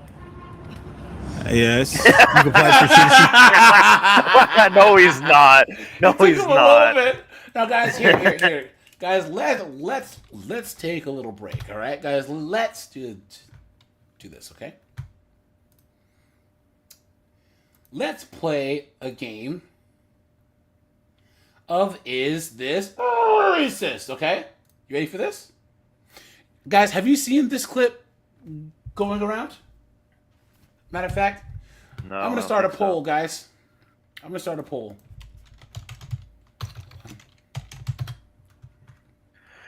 One second. Hold on, guys. I gotta go to my thing here. Okay, I'm gonna start a poll called "Is this racist?" Right? Do you think this situation was racist? Yes. No. Okay. All right, guys, you ready for this? Okay, watch. So these white dudes are at a tailgate, right? They're just watching the game, whatever. And this guy, he's like a TikToker or like a YouTuber or something. And he just decides to go over there and like start talking to them. And his cameraman, right, is filming this. But he's in front of the TV. Watch. Yeah, he's probably trolling to try to get a reaction. Is what No.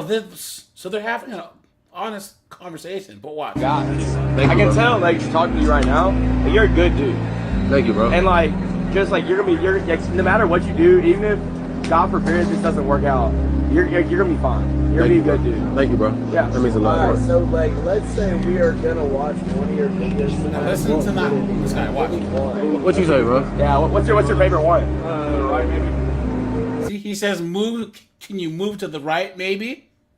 Okay, watch. A little more to the right. You want to move to the right, dude? Okay. We got it, right? He's saying, "Hey, dude, can you move to the right? Hey, dude, can you move to the right?" Right? Watch. See the TV at least? See? Can you move to the right so I can see the TV?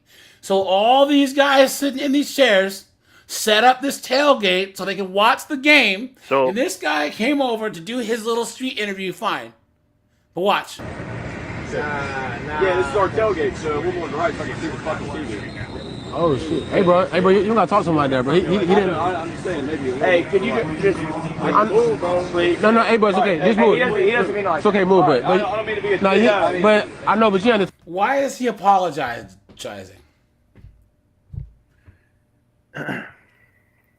Why? So the cameraman was blocking the TV. Yes, and all these guys. He's an idiot. Then. Yes. It's purpose. Yes. He said, "I'm not trying to be a dick, but move." He's like, "I asked you 3 times. Why are you not moving out of the way of the TV?" You shouldn't have been standing in front of the TV to begin. Yeah, watch. Something like that, no. I'm saying this my guy though, bro. Like, no, bro. You cursed at him and stuff, bro. See, and now there's the victim card. Yeah. Yep. You cursed that. This is not about you.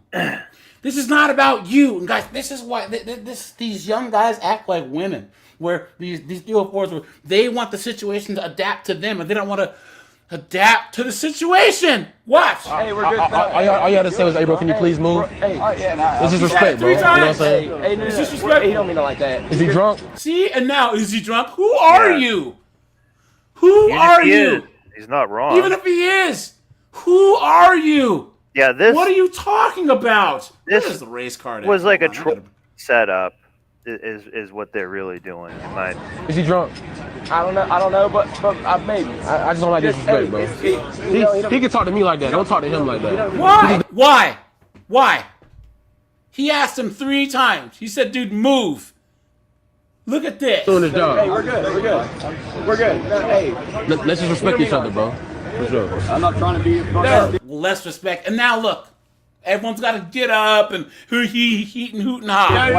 No, yeah. You cussed at him, bro. Bro, he's in the fucking way of the TV is my tailgate. I can see him. See? Yeah. Guys, please. Someone fucking say something. All right, guys, this got me swearing. I try to not swear. Okay, no more swearing. Colin, snowboard, take it. I got nothing. It's the cameraman's fault, and I almost bet this was done on purpose to create this type of reaction. 100%. This is like basically a staged event because no one's done anything wrong besides the camera guy and this guy who want to take all the attention from it. But this so they have to sit in front of the TV to garner the attention of all these people. Yes, look, B good said it the best. White people are trained to be over apologetic towards non-whites. Yep, it's true. And oftentimes, guys, is because a lot of these young men have been raised by women, and all their teachers have been women. So I have this conflict resolution, and everyone sit down and blow each other, type of stuff. Yeah. Guys, no one did anything wrong here other than the cameraman. And now they're acting like, oh, bro, dog. Why did you disrespect him for standing in the way of the television? And no one at a should tailgate. even be talking to that, really addressing that black guy who they were trying to film. They should be talking to the camera guy, like, hey, like, you know what you did. Yeah. Stop doing it. Like, no one's talking to him, which is you really have to strange. cuss at him, though. What are you talking about? No, bro. He's not a child, bro. Whoa, what's wrong? No, he just, Hey, back up. What's wrong? no, he just cussed him. See, and now he's creating drama. Yes, everything's on him. All these dudes were. It doesn't matter if all these guys were black or Asian or whatever. This person here decided to make it about him and his cameraman. Yeah. God, I hate this. It just drives me. It's trolling. This is very common. He said y'all get up. They asked you to get up. Hey, what's wrong? Is he drunk? See how this guy's just standing around waiting for more stuff to happen. Is he drunk? As if he has to explain something. Dude, who are you? You're in their tailgate. Main character syndrome, and then all this is the race card. Look, watch. Okay. Yeah, we're good. Nobody was arguing with him or nothing. He just cursed at him like he was a child. And I was like, bro, you know. Oh, he just cursed at him for no reason. As if they didn't. Like he was a child. As if they didn't do anything wrong. As if all of a sudden this guy just went crazy. What a joke! Okay, it's over, buddy. You know? No, I'm just explaining to you what happened. Okay, for sure. appreciate it. Bye, leave. Don't walk. Know why he's wearing I'm not walking towards you. I'm walking that way. He's a SHIT. This is what institutional racism looks like for those who don't know how to read the room. What are you talking about? This is just trolling, man. That's all it is. Look at that. The most white privileged town ever. Look at that. Look at that. If you still don't think racism exists, understand the man in the pink shirt is a man you have to experience and deal with throughout your entire life. Please. Damn, man. It's crazy because you try being the bigger person. One of even reason with the older white man so he can get a clear understanding. They weren't willing to hear you out. It was their tailgate. You were in front of the TV. Guys, see, this is why, guys, to all you white guys out there, guys, this is why you don't even try. Okay? This is why you don't even try. Don't even try, guys. Live your life the way you want. If you guys look just like me, guys. If you're white, black, cool, whatever, you're cool with me, then you're cool. Because I don't do this victimhood stuff. I don't do this whole all white people are to get me foolishness. Because guys, most people are just trying to make their way through the world, get up, go to work, pay the bills.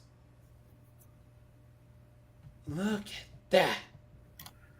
Hey, black people, let's not try to normalize making white people understand we're good people. Look at that.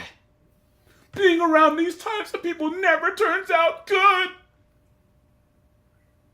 There's always that one person who has to mess up everyone's vibe. Yeah, that's this guy right here and his cameraman. Yeah. He was triggered by all the praise that guy was getting at his tailgate. Look at this. And I bet he went to every single one of those tents and did that every time. That's this what is they a were good doing. example of microaggressions. Look at that. Absolutely insane. Two respectful black guys handling themselves with dignity while being treated terribly and dismissed by two extremely rude white men. Terrible!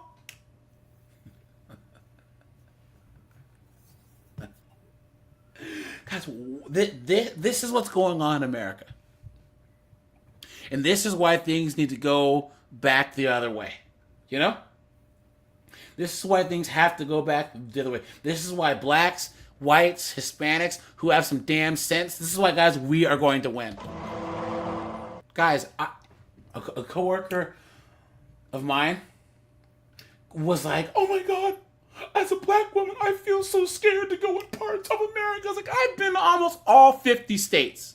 I've been to West Virginia, I've been to Tennessee, I've been to Mississippi, because I feel fine walking around anywhere. If anyone ever said anything, I have the freedom of speech to tell them to kiss my ass. You know what I'm saying? Seriously.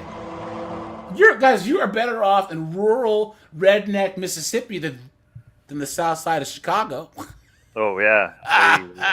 You know what, guys? I'm in more danger as a black American male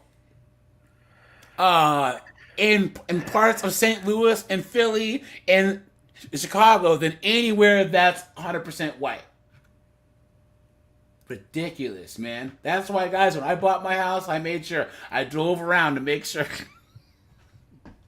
that I didn't see like 2001 Impalas on 20-inch rims. You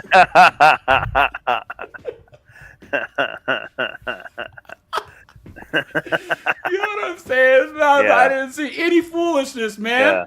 You know? Look at that. All these people are all saying that that the white guys were in the wrong.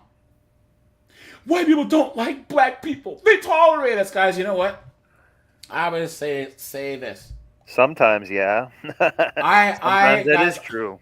Guys, I like being black, but a lot of times being black don't like me. I'm straight up, dude. You know? All a successful blacks, man, you know, at work or even like in life, a lot of the people who do us the most dirty are our own kind. Garrett Grant, what's up, man? We appreciate you gifting a membership, my friend. Thanks for that.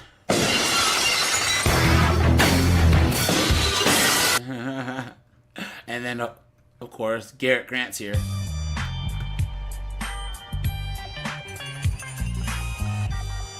There you go. Top of that, the cost of living. Yes, 808 there. Yes, you are correct. Yes, the Brits are immigrating to Australia in droves, man. In droves. Especially a lot of the affluent Brits. They're either going to the United States or they're going to Australia. Crazy. Or even Ireland, you know? So. Living is insane. I'm sat here saying that, and I'm doing okay for myself, you know what I mean? Bro, in London, the average rent price for a room in a shared house with like 5 people is £850. Basically, damn. £1,000 to live in a shared house with people that you don't even know in like the worst area that somebody could just run into your house with knives and try and take all your stuff. You know what I mean? Like, it's not a nice place to live. It just gets worse and worse and worse every day. The cost of stuff just gets higher and everyone's unhappy. Nobody has a smile on their face. Everyone just walks around like a ghost because that's what life is there. There is no life. Everything's sucked out, right? So let me explain from the beginning of why I've even left in the first place. So obviously there's all of this stuff. And in the last 8 months, I have been working on a US visa. I spent a lot of money on it. I got the best immigration lawyers in the UK to try and get on it.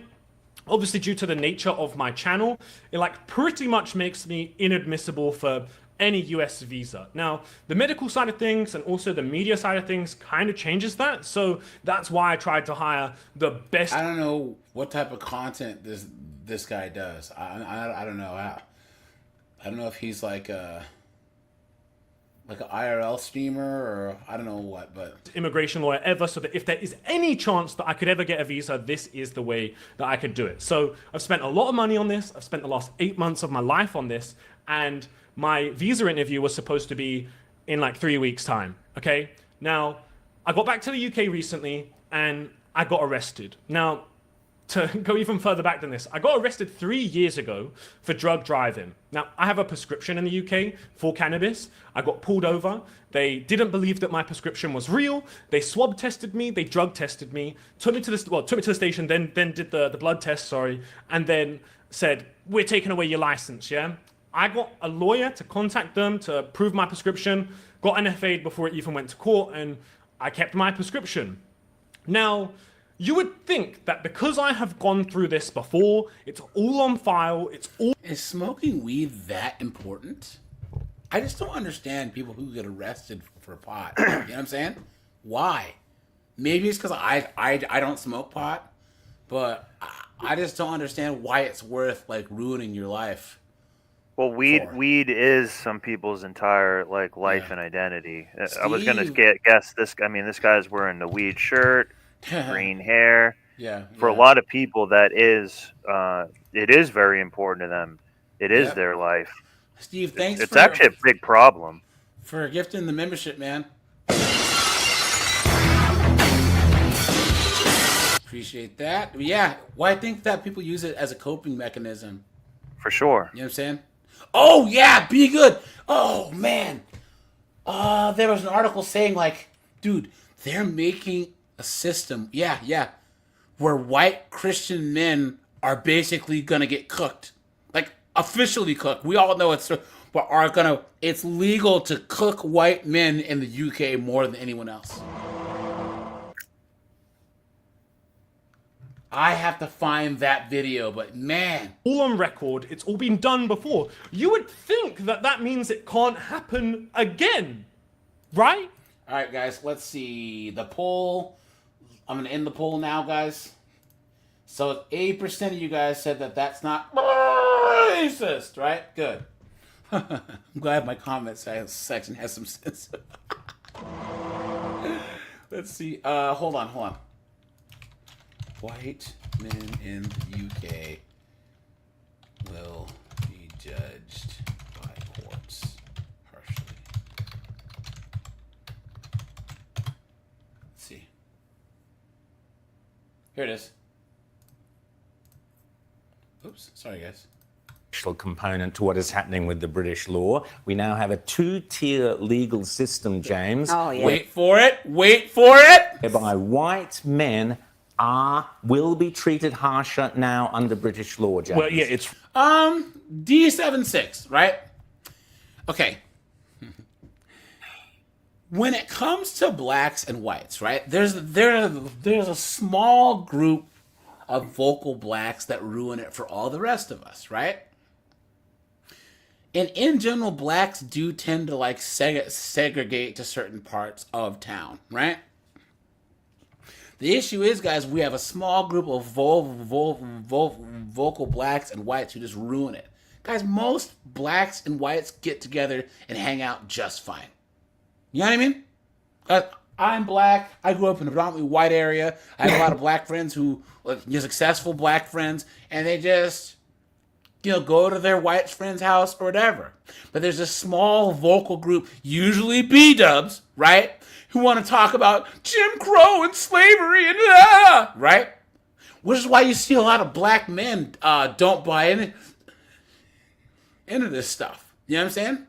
Guys, when you see a lot more black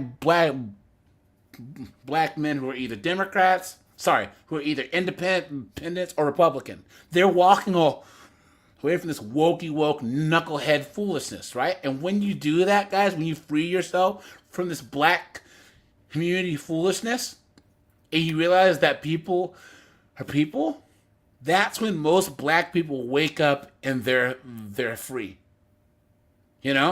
So really shocking this. Basically now they have put in this system whereby pre-sentencing reports, which basically automatically take into account your race, your gender, your circumstance, all of that to mitigate the sentences that you might get for whatever crime you're alleged to have committed and been brought before the courts and convicted of. That now means essentially that white Britons are going to get the worst treatment when it comes to sentencing. This is the two-tier justice system. This is why they call Keir Starmer two-tier Keir. And guys, this would never fly in the United States. On paper, obviously, because we all know men get worse sentences. But to do it based on race, right? Yeah. Because guys, in general, men get worse sentences than women. All men will always get a worse sentence. Oh yeah, no question. But if they were to do this by race in America, it would go to the Supreme Court and it would get shut down. Period. Yeah. Period. I'll tell you something, guys. But the other point, even Keir Starmer recognises how bad what this a is. Let's have a catastrophe listen. this is. Yeah. Disappointed in this response, and the Lord Chancellor is obviously continuing to engage on this, and we're considering our response. And all options are on the table, but I am disappointed at this outcome, and now we'll have to consider what we do as a result. Oh, I don't know. If only there was a Prime Minister who cared about the issue could do something. You're the Prime Minister, Keir. I mean, he's acting like he's just some dude off the street who's a little bit aggrieved. Yeah, it's ridiculous. But Jan, guys, here's the thing. Guys, Colin Snowboard, what do English men look like? Messed up teeth, weak, No, pale. but I mean, what color is their skin? Oh, white. What do Scottish men look like? White. What do Welsh men look like? Even whiter. What do Irish men look like? How are you gonna pass laws to demonize the people of that country? You will never see China pass laws that are directly against Chinese men. You know what I'm in this way. You know what I'm saying? Yeah. You will never see like Saudi Arabia saying that like Saudi men will blank. You know what I'm saying? You don't ever see it. Absolutely. Why would anyone live here? Why? the reality is what they have literally done is brought in laws whereby if you are any of those identity politics groups, women, gays, of ethnic whatever origin, anything other than a white man must be treated more leniently. So by definition, white men will be treated harsher under the British. Absolutely insane. What feminism has a contribution. Yes. Contributes. So to guys, they have boatloads of men that come from areas where they can treat your women like savages, or whatever, guys, and they assume that white guys are more of a threat than those guys are. Insane. Oops. It's like ultra liberalism. Yes. Yep. And we'll just be really. So guys, this is why, like, ultra liberalism in itself, it never works because it destroys your culture. It destroys your population, and it'll never ever work. Because guys, guess what? These wokes, their whole agenda does not. It doesn't work because anywhere that goes woke, they don't have a replacement birth rate. Yeah. So the entire concept is going to lead the country to death. You know what I'm saying? Because women aren't having kids. You know, there's more crimes, so more people die. So, like, what's happening here? Not only that, it ultimately kind of will end up leading to degeneracy of in more ways too. Mm-hmm. So and that will cause a degradation too. Yep. Frank, about what we're talking about here. We're talking about, basically people of color, people of different religions getting a lighter sentence. And have a privilege in a country that's not even theirs. That is the craziest thing I've ever heard in my entire life. That is the craziest thing I've ever heard, man. Guys, here's the thing. Colin Snowboard, I don't know if you guys have ever heard this, but you guys realize that us American blacks, we've been blacks in America have been 13.5% of the population for the last 45 years. Right. Yeah. And then you're going to say the crime stat. Well, no, our population hasn't grown. You know why?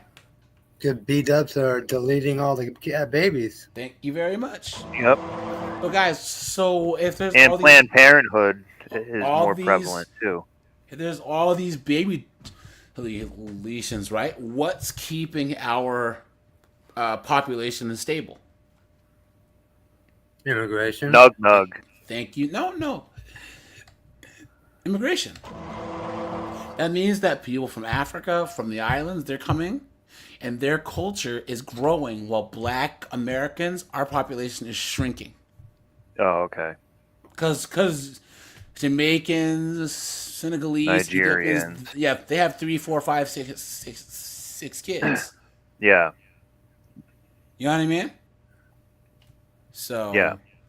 A lighter treatment. And so this means, a lot of migrants who might commit crime, they're going to get a lighter treatment than somebody who was a Briton committing the same crime. That's shocking. Keir Starmer, I don't trust anything he has said there about claiming that he's distressed about that because, this is the same guy who saw his opinion numbers absolutely plummet and then started talking about, oh, maybe we have to do something about immigration. Really, Keir? Really? Okay, fine. Now you tell us. But the thing, too, the other week, there was that phenomenal speech that J.D. Vance gave at the European Union where he called out Britain, and he called out Europe, but he called out Britain in particular and said that Britain, which was a bastion of liberty, has no longer become that, and they are straying very far away from that. And the real point is that if America is going to go and defend liberal democracies, and you want to be defended, you've got to act like a liberal democracy. And Britain has strayed so far from the centuries. It took centuries for Britain to develop the traditions of law and liberty that we enjoy as well. And now they're torching them at a rate of knots. And this undermines the most basic principle of our justice system. That justice is blind, that everyone's equal under the law, that you're not going to get preferential treatment based on who you are. And we already see it happening even before this formal recognition that it's happening. We have seen it over and over again with people getting ridiculously lenient sentences and then having people in the UK locked up for being in an anti-immigration protest. Yep, that's true. No, guys, this one former Muslim chick, and she was talking about TR.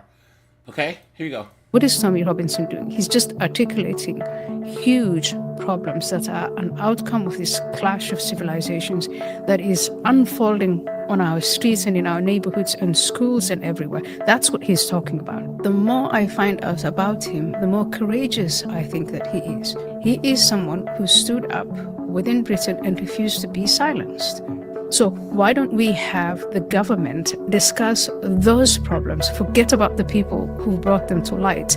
Just let's talk about the issues themselves. Why are women not safe in certain neighborhoods in Britain? Why are children being groomed? Why can't we close our borders? What does it mean? There you go, right, guys? Yep. He's like their modern day Paul Revere, pretty much. I'm telling you, I remember when I first heard about TR, oh my gosh, this is probably 2012, 2011. Yeah, he's been on doing this it about crusade 15 years for a long time, And guys, honestly, I think he's a hero. I really think his work won't be appreciated until long after he's gone. Yeah. And it's not about race, guys. TR. He has black supporters. He has Asian supporters. He has supporters of all different colors and creeds. They just want to make sure that they don't have open borders and that they're. And you know who should be thanking him the most? Women. Thank you very much. It's true. When a black activist comes out in favor of a so-called racist. That is what I'm trying to get to the bottom of in this video. And he's never ever said anything racist. Today. For those of you that don't know, my name is TJ. I have legit. It's a form of madness. Wondering why he would be called a racist. Since then, someone I respect has come out in support of Tommy Robinson. Ayaan Hirsi Ali was born in Somalia in 1969. She escaped fundamentalist Islam and an arranged marriage, finding asylum in the Netherlands in 1992. After 9/11, she turned decisively against the Islam of her upbringing and became a leading voice in the new atheism, decrying religion. It's a form of madness. I do regard Ayaan Hirsi Ali as personally heroic. That's why it shocked everyone when last year she appeared on stage at the ARC conference with Jordan Peterson, John Anderson, and Os Guinness. First, she said that the West is Christian. It's rooted in the Judeo-Christian traditions. Then she said that she is Christian. I am proudly of a Judeo-Christian religion. This is a very simple overview of who she is. It doesn't really do justice to her story. Before we jump to any conclusions, let's open our minds, listen to the actual words she says, and then we can make our analysis. I don't know Tommy Robinson. I haven't met him. But the more I find out about him, the more courageous I think that he is. He is someone who stood up within Britain and refused to be silenced. And all of the things, I listened to your podcast with him, and everything he says in that podcast is a reflection of what hundreds of thousands of Europeans think. And initially, again, the method was used of stigmatizing him, of calling him racist, of trying to make him radioactive. And that didn't work because the issues he's talking about are scaling. More and more people are affected. More and more young women in Britain find themselves assaulted, harassed, sexually harassed by immigrant men. More and more children are groomed. More and more Muslim women. It's the one thing that we've now completely stopped talking about. Honor killings directed at Muslim women, which he refers to in your podcast. More and more ex-Muslims feel frightened. It's the scale, the sheer scale of the people who are affected by the problems he talks about is gaining ground. And so now, instead of just ostracizing him and trying to silence him by calling him far-right and racist, these are terms that have now become wholly ineffective. The next thing is to arrest him, find pretexts to arrest him and put him in prison. And it's not going to go down well. What is Tommy Robinson doing? He's just articulating huge problems. Guys, check this out.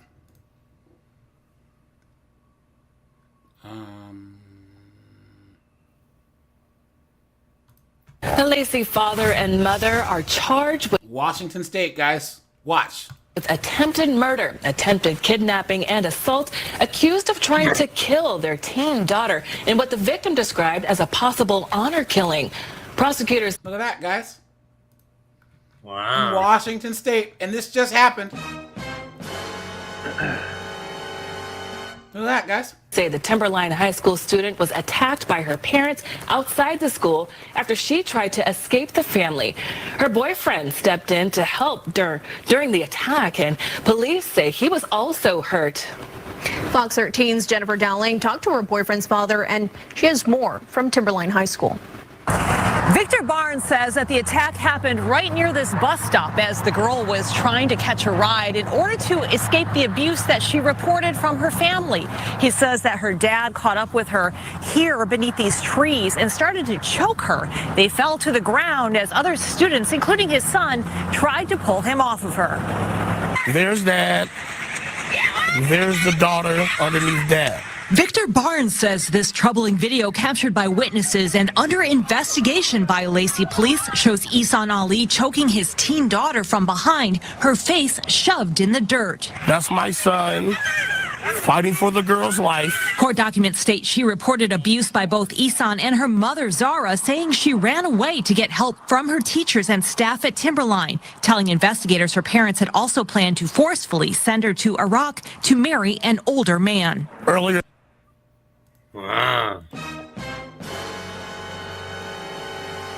That day, she was supposed to be flown out the country. She ran to the school because she was afraid. Barnes said her parents were looking for her, and upon seeing her, the dad rushed out of a vehicle and yelled at her in Arabic. A different student who understood their language told him to leave. And the kid said something of the nature of, she doesn't want to go back with you, leave her alone. Dad snapped. A witness told investigators Ihsan started hitting his daughter and then he punched Barnes' son, who went flying onto the concrete. Then Ihsan started choking his daughter for what the witness estimated was about a minute, while multiple people tried to pry Ihsan off of her. Her arms go limp. She's no longer moving.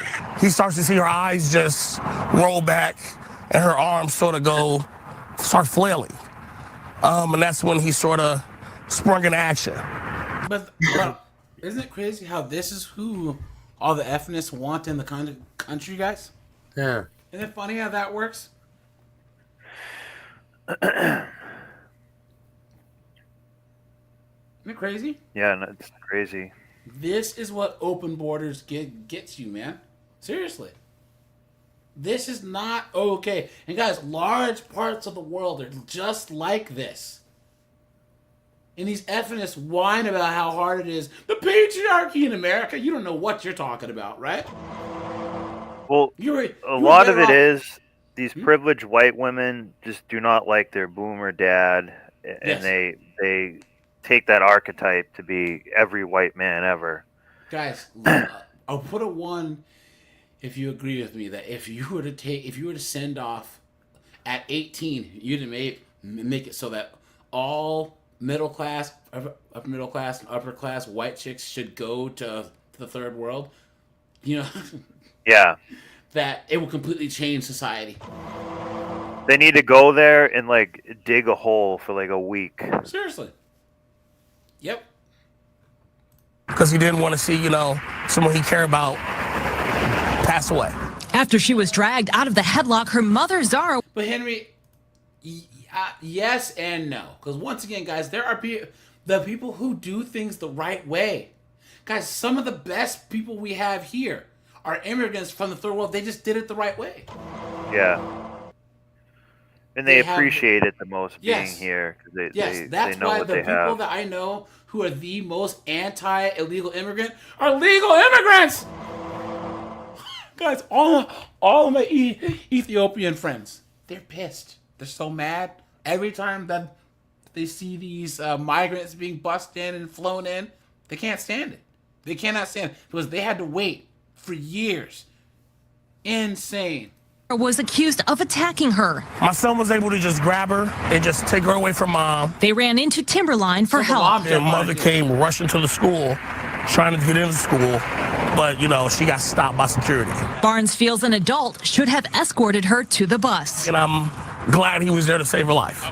But I just need just a little more explanation or answers as to why were the adults so careless. He says his son and the girl didn't deserve trauma at the hands of adults. High school for me is a time I would never forget. It was probably some of the 4 funnest years of my life. And it's unfortunate that, he would have to experience something like this in high school. Damn.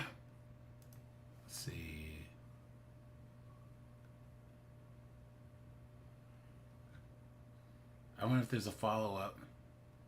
Oh, look at this. At the scene of the attack, there was still clear evidence of the victim's terrifying ordeal. The sulfuric acid thrown and forced down his throat, and the blood from stab wounds and a battering with bricks. More acid from his footsteps as he staggered away, and on the tree he crashed into. The victim is a 24-year-old Asian man from Denmark. He's now blind. The acid has destroyed his tongue, and he suffered 90% burns. He may not survive. He's going to get infected. In an early infected. letter to residents, police said they didn't know why he was attacked. Now they believe it was because of an illicit love affair, a so-called honour crime. She is a married woman in her 20s. She's from a deeply religious Muslim Pakistani family. There you go. And police fear Real she foreign. is now in grave danger herself. She lives in this same community in northeast London, where it... You don't 304 with this type of community, ever. Look at that. Thought they met and fell in love, much to the anger of her family, who felt she'd brought dishonour to them. Police have issued the woman with what's called an Osman warning, alerting her officially to a serious risk of being murdered. The attack on the man happened in the early... Damn. And guys, That's here, crazy. Look at this. But we should pause it for a second and say, how we were saying earlier, if you're a woman, don't dress like a 304 in certain environments. Yeah. This idiot should not have done what he did too, cheating with a woman like that. You guys remember this? like, yay, diversity, yay! And then that town in Michigan is this actually a clown? Yeah, no. But the city council's Muslim, the mayor's Muslim, and the first thing that they did was ban the pride flag. What did you think was gonna happen? You know what I'm saying? Look at this. We will have the world in 2 straight miles. So it's a little bit, it's covert, so it's not right on the nose. Big displays of public disapproval for the proposed resolution. Followed by a very public display of affection. Look at this guy's praying.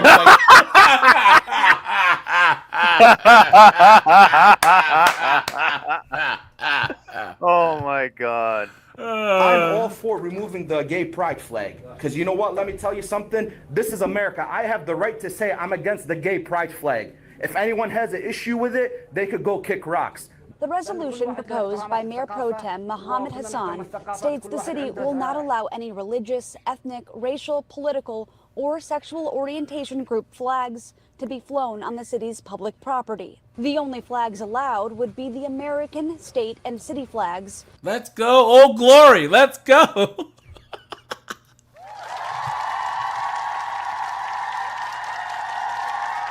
Right? There you go. You know? Along with other nation flags and the prisoner of war flag. I relocated from California to Tramik. That's really far away. And I did it because I thought it was a diverse community. It is. Just not the diversity you you thought. It's just not the diversity you thought. No, put on your burqa and shut up. You dunderhead. You stupid woman. This is what they wanted, guys. What's the matter? You don't like that they pray to Allah 5 times a day? Yep. That's diversity. Congratulations. You played yourself. This is the verse. And now, once again, here's a white woman. Yep. Trying to lecture the entire town. All these POCs, right? You don't see my family saying, look. Oh, this they're guy's all like a dark-skinned guys, right? they're putting the flag and say, I'm going to put the Lebanese flag down your throat. You keep your flag, you want to put it at your house, put it at your house. Do not put it on city property and do not put it in our schools. Yes, nice and simple. Look at that, guys. And the majority of the population agrees, but there's still this small group of knuckleheads. Here's another one. And we start with unanimously. Amended a And we start with breaking news right now out of Hamtramck. After hours of debate and hearing from residents, City Council makes a decision on displaying pride flags on city property. In fact, just within the last 10 minutes, City Council amended a resolution that would ban the pride flag from being flown on city-owned properties. Good to have you with us here at 11. I'm Devin Skillion. And I'm Christy McDonald. In for Kimberly Gill tonight. Jacqueline Francis is there live with just how we got to this point. Jacqueline. Yeah, that meeting is still going on right inside that door, and that vote came down just minutes ago. As you said, the council voting unanimously to approve the resolution. Take a look at the vote. Councilman Rafai. Yes. Councilman Mahmoud. Yes. Mr. Mayor, Resolution 23.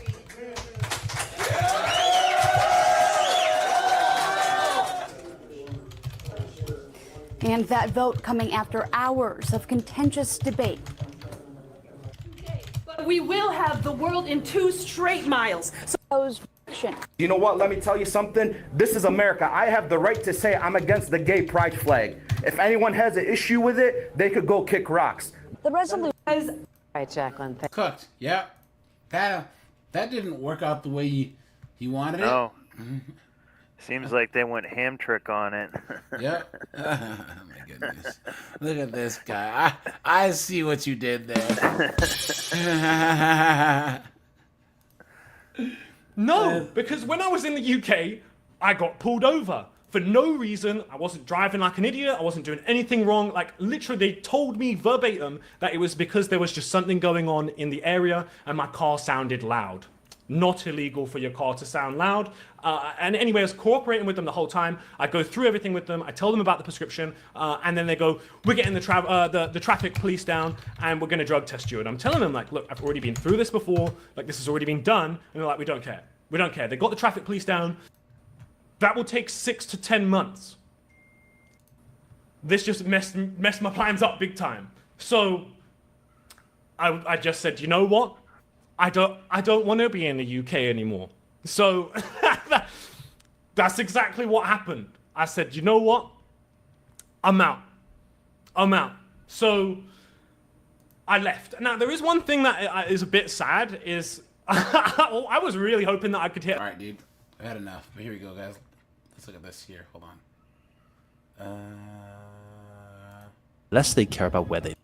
It's not hard to see the modern UK as a country in decline. Societal sicknesses like alcoholism have gotten worse, with the amount of people in treatment more than doubling over the past 2 decades. Public services like healthcare and transportation have fallen apart, along with people's trust in them. Towns and villages which existed for centuries are now being abandoned, with most of their residents leaving in the hope of building a better life elsewhere. In fact, the whole country is seeing an exodus of its most economically valuable citizens. Both the rich and the young are leaving the country in ever-increasing numbers, seeing greater opportunities abroad than at home. So let's explore the decay of modern Britain and find out. 1 second, guys. 1 second. Okay. How things got so bad for what was such a prosperous and hopeful nation. Yeah. Tackling a country's biggest problems is in itself a massive question. With the UK having so many problems of such huge proportions, it's hard to know where to start. Now, we could go through some nationwide statistics. For example, take the fact that over 2.5 million people had to wait over 3 weeks just for a doctor's appointment in February 2024. While it is true and it does tell you how overstretched the UK's public services have become, that's all it really does. To really visualize the level of degradation and get an idea of how the UK is changing, you have to zoom much further in. Just living in the UK forces its people to confront this decay because they can literally see it all around them. Independent businesses have closed down, replaced by vape stores, takeaways, phone repair shops, and money laundering fronts. Meanwhile, once proud buildings and beautiful examples of British architecture and heritage have been left to rot. But before we continue, I want to tell you about our video sponsor, War Thunder. War Thunder is home beautiful. Available for do this for nearly any random neighborhood outside of London and you'll see similar things. Take the neighborhood of Portswood in Southampton for example. Not too long ago, it was a thriving neighborhood full of independent bakeries, grocers, butchers and other businesses. There was even an independent cinema housed in the beautiful castle-like Broadway building. Portswood should have been fairly insulated from the degradation that's hit the rest of the country. It had nearly everything going for it. Southampton is in the comparatively richest south of the country, not far from London. The nearby university and the docks should have kept enough money flowing through to keep communities like Portswood afloat. But unfortunately, those days are all but over. Old School Glass says the UK makes Slab City look like utopia.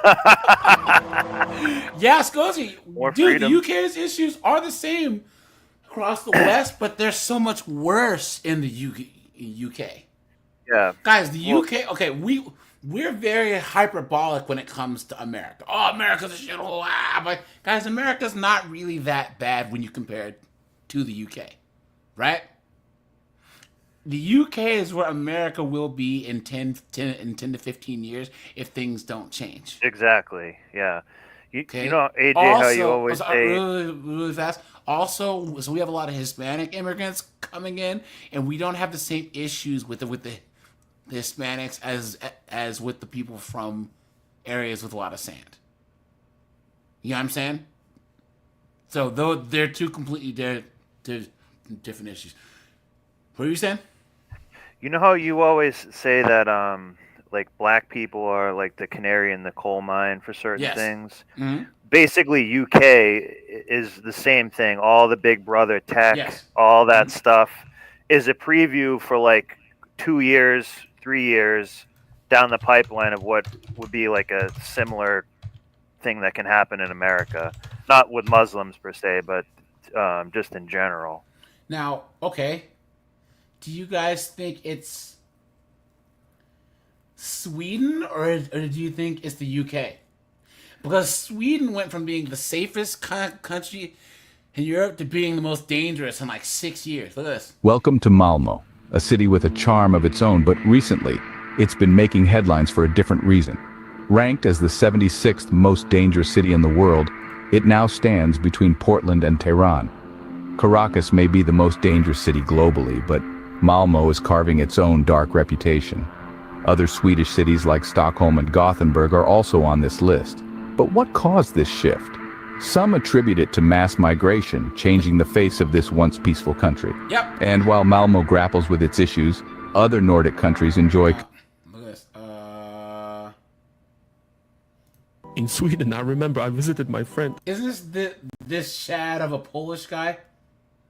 I think he's Right? Polish, yeah. Yeah. And what will happen if someone crosses the Polish border illegally? They would be shot like dogs. Yeah. That's what I'm talking about. That's what I'm talking about, dude. Yeah. You wanna talk? Anytime I see this guy right here, guys. City boy, city boy. I call him Chadsky.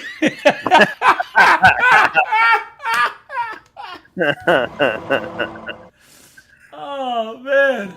In Sweden, and he says, okay, I'll show you no-go zones. And we went to no-go zone. I just took my phone. I was about to start recording. That was like 30 seconds. They were running with the knives. And we had to run. You do have no-go zones where you really do not go. Police do not go. It's not like in Chicago that, okay, that's a gang neighborhood. You don't go there because something might happen. In Sweden, if you go to no-go zones, you are dead. Think about that for a second, guys. Look at that. Hold on. Look at this. Sweden's out of control. Flooding Scandinavia with crime. Damn. Look at that, guys. They light cars on fire for like fun there. When you think of Sweden, what comes to mind? IKEA, meatballs, blonde hair, and a peaceful, prosperous society. What do you find instead? A nightmare of unprecedented chaos and violence. Stockholm now holds the grim title of Europe's most dangerous city for gang killings. The average age of... And guys, this is over like Romania, Latvia, you know what I'm saying? Bulgaria, you know what I mean? That's crazy. Serious criminals in Sweden is among the youngest in Europe.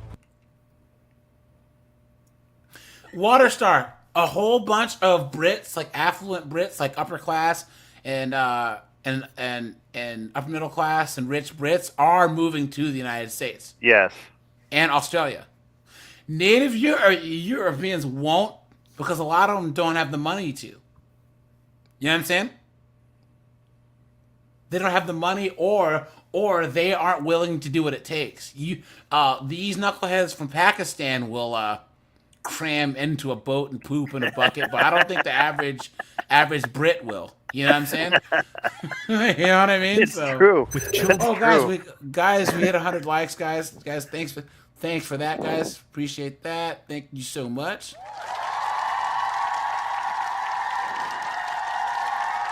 Guys, make sure to hit the like button, hit the join button for a membership, guys, and the super chat buttons there. Thanks for all you guys that hit the cash app too. I appreciate that. Ken, you cash app at me a while ago. Thanks for that, man. Guys, of course, you guys know where we have to go now, right? Of course. Yeah, cleanse our palate. Of course. Okay. Y'all want to ask me what I'm doing? I'm outside home.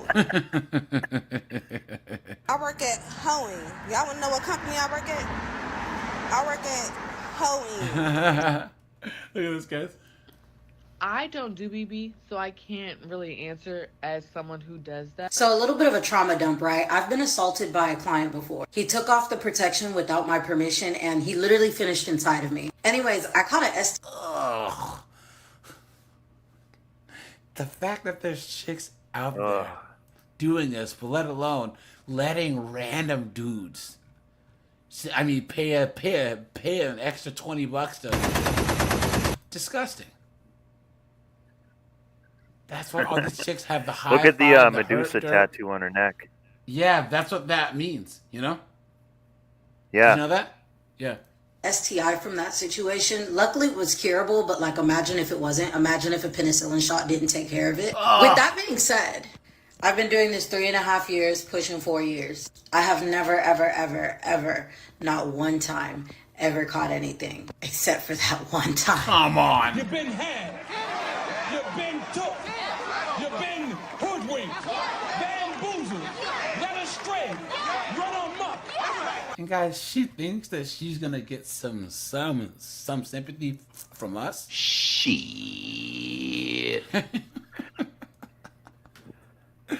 Captain Palsy, man, thanks for becoming a member, buddy. Appreciate that, man. Appreciate that. I don't think the video's so much. playing, AJ. Yeah, because I haven't paused. Yeah, so, but yeah.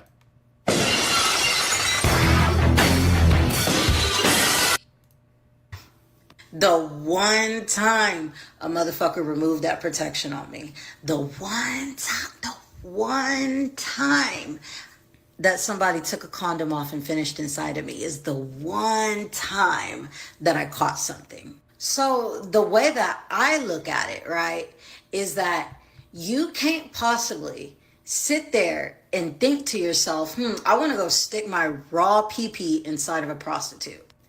And you don't got nothing. To me, if you're trying to hit raw, it's because you have something that you're trying to give to me. But think of the lowest dregs of society that are hiring these knuckleheads in the first place, right, guys? You know what I mean? Like, it's just crazy. These are the types of chicks. Okay, Colin, how many times have you like dealt with, you know, either like your female cousins or your sister or whatever's friends that are in their 30s and get pregnant by Gavin or Nug Nug, right? Well, those are the only types of guys that you can meet in a bar and who will raw dog you on a one-night stand and gets you pregnant, right? Right. It's not like a responsible guy that has something to lose, a lawyer, doctor, business owner, rogue scholar, is going to raw dog some 35-year-old. Or is going to raw dog a prostitute. You know what I'm saying? Yeah. What? Of course, guys, Nug Nug knows no bounds. I've said this 1,000 times. How are chicks shocked that Nug Nug will do this? Real Immediate says, AJ, were you in Venice Beach? No, guys. No. I will never go to the West Coast again. Nope, I'm in the South and I'm happy in a bug in a rug. Because let's be real, we're prostitutes. I know we don't like that word, but by definition, that's what we are. There have been days I have seen 10 men that day, right? There have been days. I work at Hoeing. Y'all want to know what company I work at? I work at Hoeing. I've seen 10 men. There have been days I've seen 8 men. There be days, like, on average, at minimum, I see 3. My body count is literally in the thousands. There's... That's so disgusting. Oh, she's a hooah! Look at that, guys. Look at this girl. I love selling this twat. Yeah, dude. Disgusting. Why? There's no way that you can hear that and think to yourself, damn, I want to stick my raw dick in that. Because that condom is not just there for me as the provider. That condom is there for you too as the client, right? Because shit happens. Condoms pop. We get assaulted sometimes. It's part of the job. Shit happens. And there's no way with you as a wife and kids and like the critical thinking skills of an adult think it's a good idea to remove that condom unless you got something already. Look at that. Come spend Thanksgiving with me as a 304. I was kind of nervous because I didn't know what it was going to be.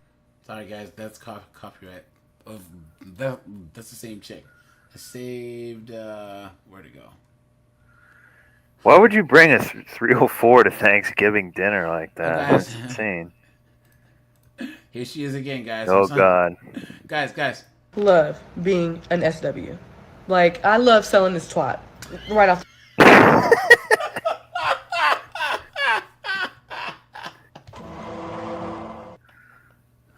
Guys, there's my comment. You compare being a 304 to being a secretary is wild.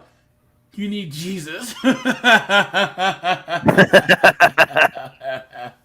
it is. When you think of role play, what's the first thing you think of?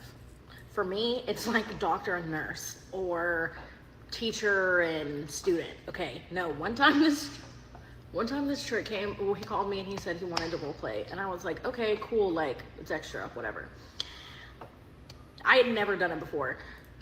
And to this day, I've never done it again. So, cause I'm really awkward. Like, I'm very, like, I am weird. Okay. So he comes to my room, he gives me the donation. The donation, huh? Is that what they call it? Is that what they call it, guys? A donation. You tell her she's a goddamn whore. The whole nation.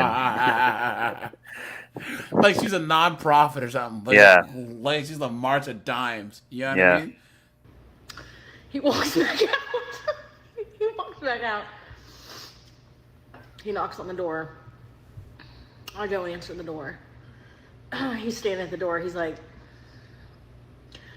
hold on. So I open the door. He's pretending to be a cop. No problem. What, am I robbing a bank? No. I'm a prostitute. Look at this tattoos, dude. Yuck. Tim Hicks, man, thanks for the membership, my friend. I appreciate that. Thanks for supporting. Thanks so much.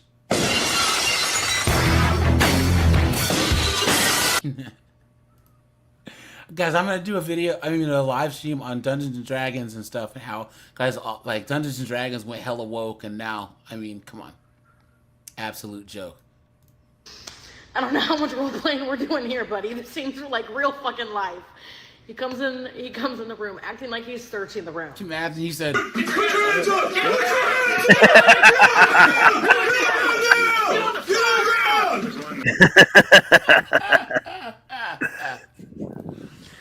I'm supposed to be like, there's nothing here. What are you doing? There's nothing going on. I'm just here with, my boyfriend. He's getting like real serious. He's like,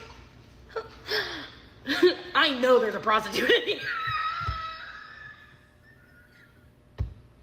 You're damn fucking right there is. why are women not funny? Yeah. I guarantee that if the guy who is doing this told the story, it would be funny, right? And then I pay this freaking prostitute to act like I'm a cop. And I go outside the room and I'm like, I know there's a freaking prostitute in here. We got a cold 304 in here.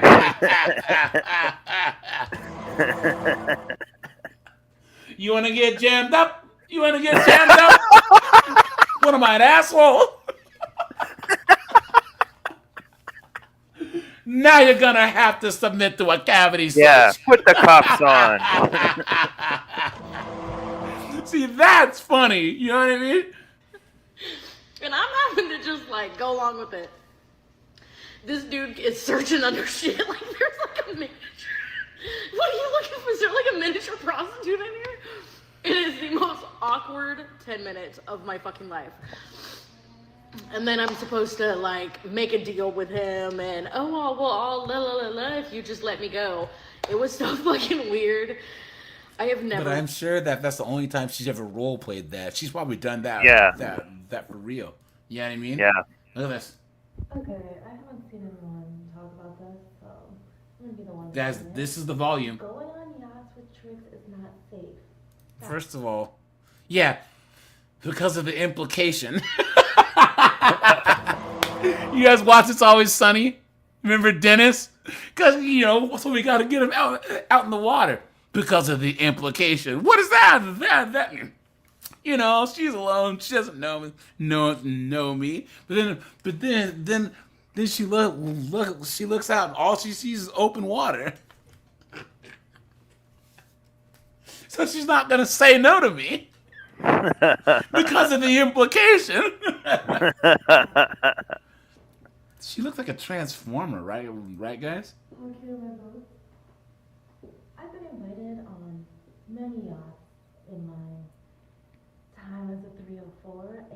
has to be a guy. One thing that I refuse to Put do. your hands. Cupcake Barbie. Ugh. Yeah. Hold on, there was one more, guys. Hold on, and then we'll get back to where we were. Ugh. She has like fishing lures hanging off of her head. This is so sad that I recognize all these broads. Because I have to go through to get clips, you know what I'm saying? And I'm like, man, what are these knuckleheads doing? I'm starting to recognize some too. Yeah, where's the one chick that they got the sound clip from? Look at these broads. I'm hearing all the music and stuff, and when I go in there, people grinding on each other, laughing. They said it. We're gonna do everything we want to do. Listen, I kid you Why not. did it do that? That's weird. There's a chick that I got the clip from. Why? What? See, TikTok is weird every now and then. Oops. Hold on. Let me close it and open it up again. Yeah, guys, thanks for being here on a Sunday, guys. I appreciate that. Yeah, guys, the UK is cooked. So if I was a white British guy, I'd leave. I'd be gone. Because your country hates you. Guys, what do you think is worse? The UK or Canada? I'd say UK. Yeah. Yeah, me too. Yeah, the UK is worse. Canada might turn around a lot sooner. Yeah. Especially with Apple Chad. Right, that's what I mean. Yeah. Where's this spot at? This is the... And then it's my dog, cause she be messing up around here. Like, girl, no, shut up. The Sid. dog wants to Shut kill up. itself. Shut up. Okay. So like yeah. So back to the pricing. So don't let these girls be like, oh my god, that's so low. Like, gee. Half of these the free hoes, honey, they're not getting nothing. Not even no food. Not even a bill paid, honey. They're not even getting text back. Like this, it just be crazy because some of these girls be like, oh my god, y'all playing Russian roulette with y'all life. We playing Russian roulette with our life every time we get out here. Every time the people that has a 9 to 5, anytime you step out your door, you playing Russian roulette. You could be. And there you go, guys. That's girl math right there, right? Why do I even have to not bang a bunch of dudes and worry about the high five or the her? Everyone has it anyways. They're so lackadaisical about everything. Look at that. You could be sleeping in your home, and somebody could break in, and there go the Russian roulette game starting. So it's just like, what's the difference from you meeting the same stranger and having a one night stand with them or talking to them only for a month, then you giving it up? Like, please stop it. And then you give it up, don't get no ring, don't get the American dream, the fake illusion American. At least she's kind of honest about it. Look at this, dude. Look at.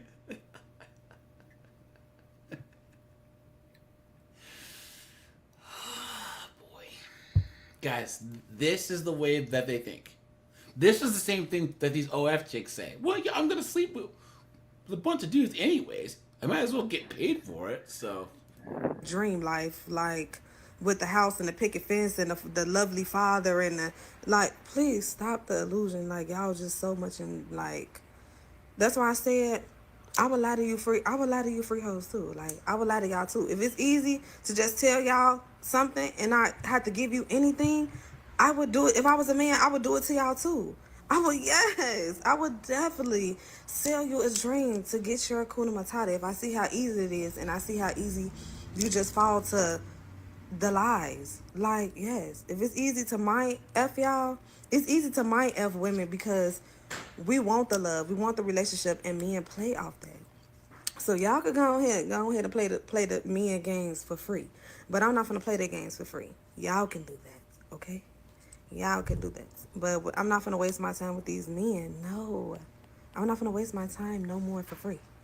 At least if we start talking, I know that I got some money, honey, from him.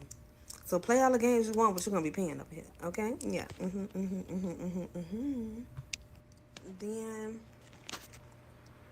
you know, some girls be like, oh, I don't have to do all that, like, you know, I don't have to do all that, like, I have been in those predicaments too where I just went out to dinner and trust me, I didn't got money from men not doing anything. Like, And the saddest part is she's probably telling the truth, guys. Yeah.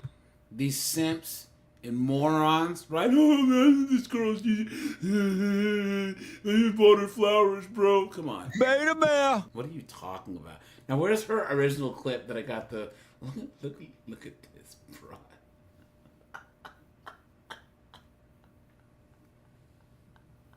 Jesus. Yeah. Look at the size of this. Do I even want to click on this? I can't. Hold on. Don't get the stream taken down, please. Yeah.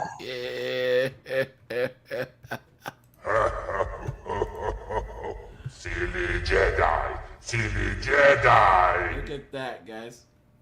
Where's her original clip that I found? Hold on.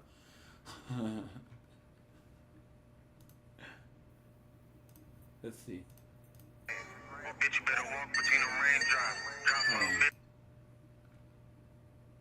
Where's the original one? y'all want to ask me what I'm doing? I'm outside hoeing. I work at hoeing. Y'all want to know what company I work at? I work at hoeing. That's the company I work at. Hoeing. 304 shit. 304. Chicago hoe shit. Yeah.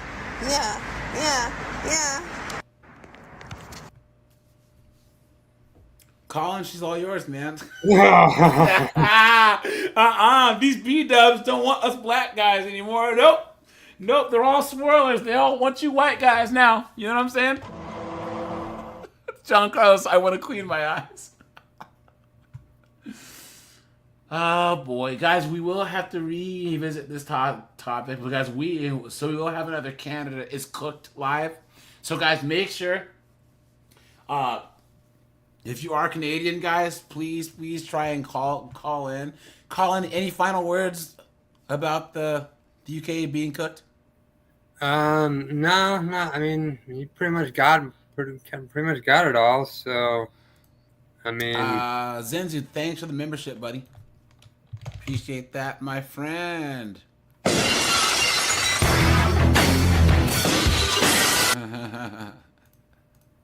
All you Canadians, man, make sure that you will join the Discord, guys. Right? And guys, we will do some after hours tonight. Okay, so guys, make sure that you join the Discord, and when this live ends, guys, go to the Discord and then go to the after hours. All right, so guys, Discord, be good. Thanks for the 10 pounds. You have to be up for 3 hours. Hey, thanks for being here. I know it's like what, a 9-hour difference over there or something, a 7-hour difference. Guys, you know what? So before we switch gears, guys, let's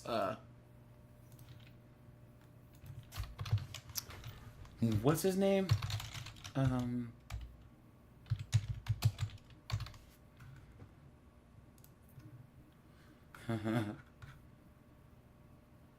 Oh, here's the whole interview. They struggle to actually find young people to do work, and of course, housing is a problem, and healthcare is a problem. He's such a savage, dude. He's such a beast. I'm such a fan of this guy. As you was mentioned earlier, the hospital here gets closed quite frequently. Nothing to do with vaccinations, I don't believe. It's a doctor issue. It's more a shortage of doctors.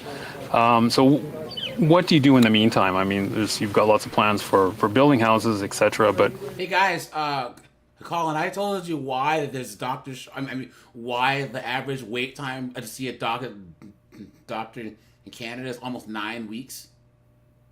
There are places where you have to wait like a year and a half, 2 years to even see a doctor. Well, no, why? Because a lot of doctors in the UK work part time. Because the way that it works is they get paid per service that they provide by the government. All right. Oh, yeah. So if they're making a living wage working 30 hours a week, what's the incentive? You know how, like, if I'm a doctor and I get paid the hospital is gonna say, look, we are a private agency, and you have to do 5 10-hour shifts or whatever, and we'll pay you however many hundreds of thousands. Over there, it's different. There's no economic incentive for doctors to work more or do more, so they don't do shit. You know what I'm saying? Yeah. Water star. No, there's enough doctors. They just don't work enough. It's ridiculous. Guys, how many times have you Americans are Canadian healthcare system better than yours? Please. The sort of immediate spectrum. What do you do to create a Blue Seal test to quickly license the 20,000 immigrant doctors we have in Canada? Many of them are prevented from ever working, and they give up on getting a job as a doctor, and they end up taking low-wage work for the rest of their lives. I'm proposing a simple Blue Seal testing standard that would apply right across Canada. Take the test, get the license, get to work within 60 days. Okay, and I mean that obviously you're going to encounter some opposition from the College of Medicine, etc., across the provinces. Yeah. One sec. Ardently against. Hold on, let's see.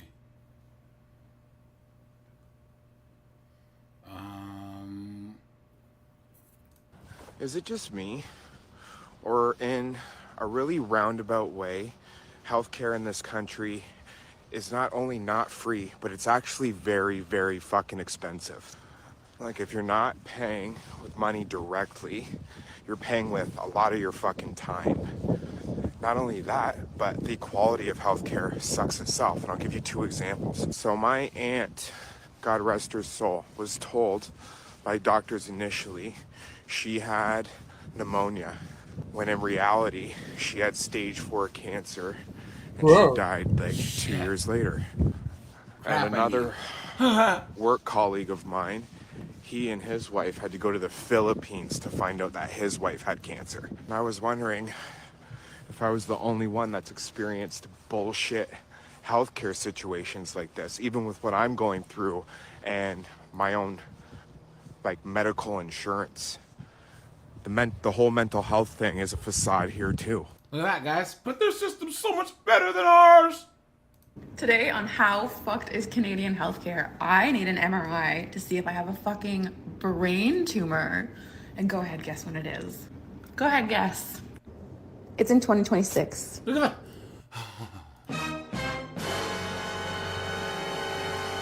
that. Guys, I blew my knee out August 2021. I was in the ER. The ER took a while, but then I was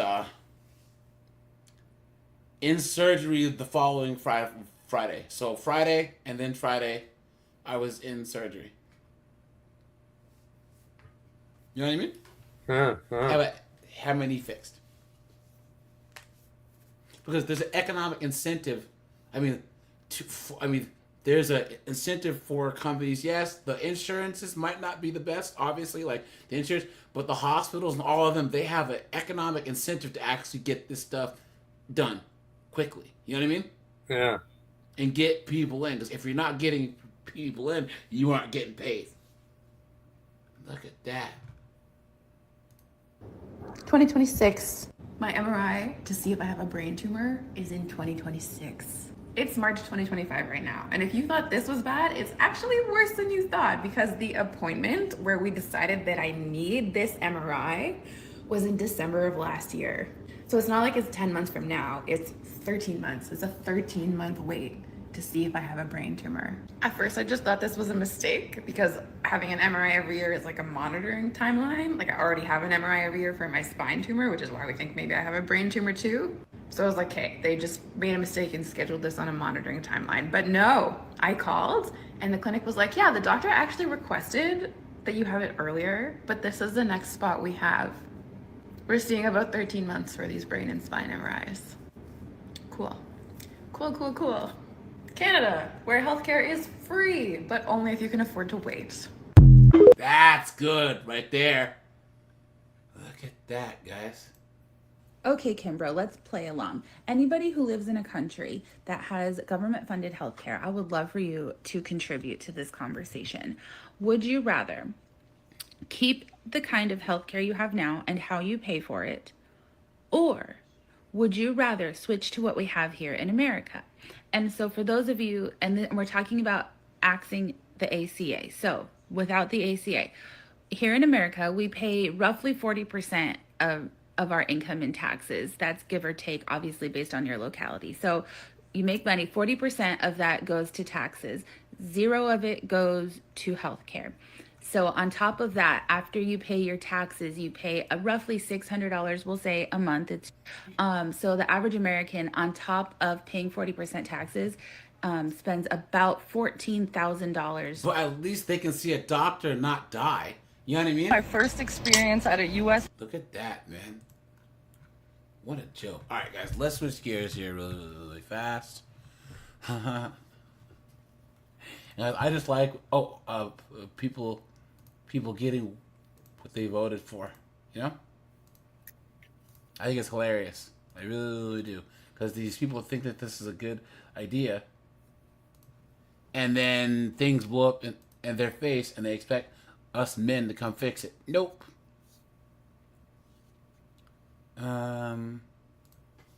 Let's see. I had one to say, but I think. Hold on, guys. Oh, look, that one mayor, she resigned. Residents in Lumberton, New Jersey ramped up their pressure on committee. We saw this already. Hey, let me grab one out of the Discord. Let's see. Let's see here. We saw the stripper chick. Here we go. Who dropped this one? TMX, man. Thanks for dropping this one in the Discord. On May 1st, 2024, an officer in New Mexico was out on patrol when he spotted a white Toyota Ohio, New Mexico, Florida, missing a tire, creating a trail of smoke and sparks. The officer quickly performed a traffic stop, pulling the driver over on a nearby road. Here's what the officers did next.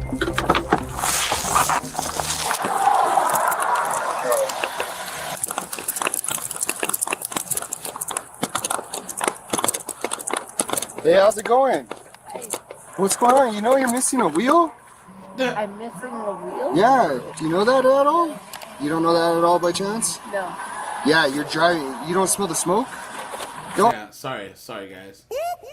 That's the sound of the police. Hold on, stay right there. Stay right there. Okay. No, you're fine. Yeah, you're down to, like, it looks like you're down to the wheel. It's smoking and sparking everywhere. You're leaving a trail all the way you're going. No, I didn't know that. You didn't know that? Where are you coming from?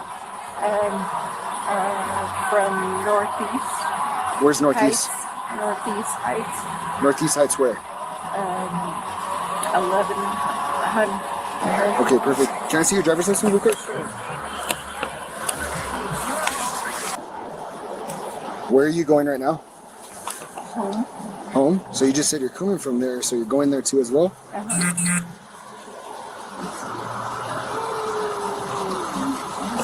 Yeah, those look like credit cards. Nope, those look like credit cards. You don't have your driver's license? Yeah, I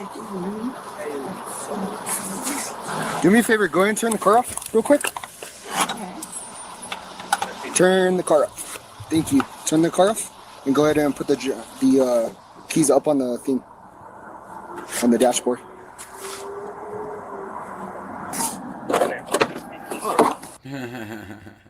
Officer, come on. She's not drunk. No, you're not asking me. No, it's called garlic croutons. No, it's not. Yeah, and they're right there on the scene. Okay, do me a favor? Yeah. You don't have any shoes on or anything? Go ahead and step over here. Okay. Okay, put those up on your truck. Do you have any weapons on you or anything like that? Nothing at all? Do you mind if I check? Yeah. Okay, go ahead and turn around, face that way. Real quick, we're just gonna check, okay? Keep your hands up. Keep your hands up. Put your hands down on the floor. Real quick, I'm just gonna check. Be careful.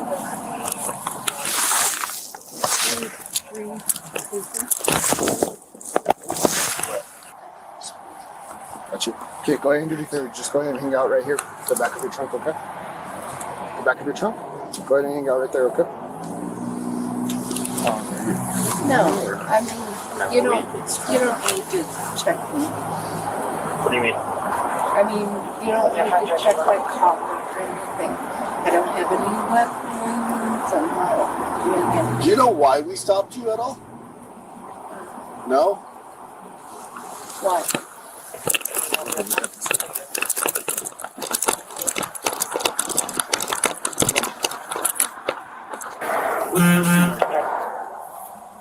Over here. Damn. Oh. Damn, look at that, guys. Oh, man. Look at that, you absolute dunderhead. What are you doing? Look at that. You stupid woman! You didn't know that that was happening? And why wouldn't you have noticed that? Just driving home? You didn't notice that you were missing a complete tire and driving on the road of your car? It's traffic. Oh, Colin. You know what I saw drive by? What's that?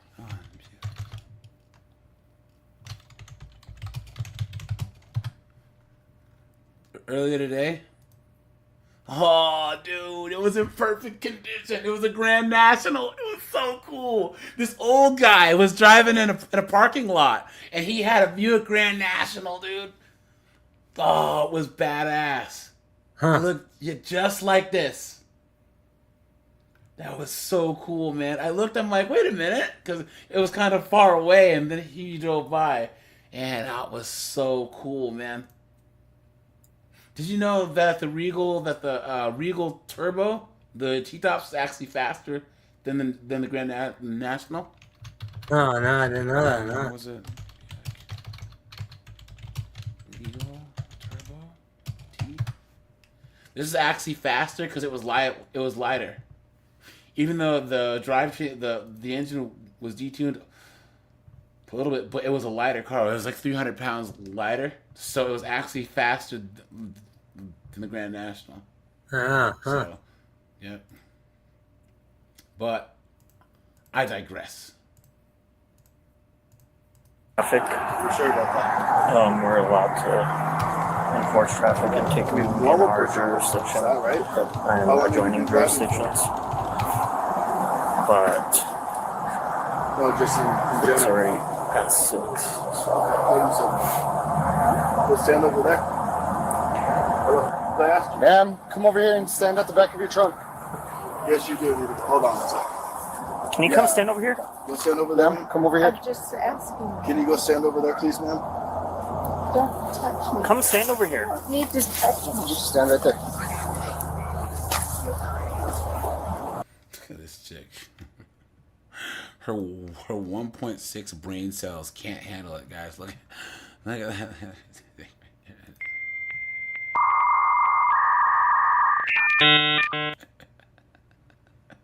Yeah, what? Why is he touching me? Because you're walking towards him. He's telling you to stand over here. I'm not touching him. Well, you're not listening. I'm not walking towards him You at were. all. Now you're not. He was grabbing my arm.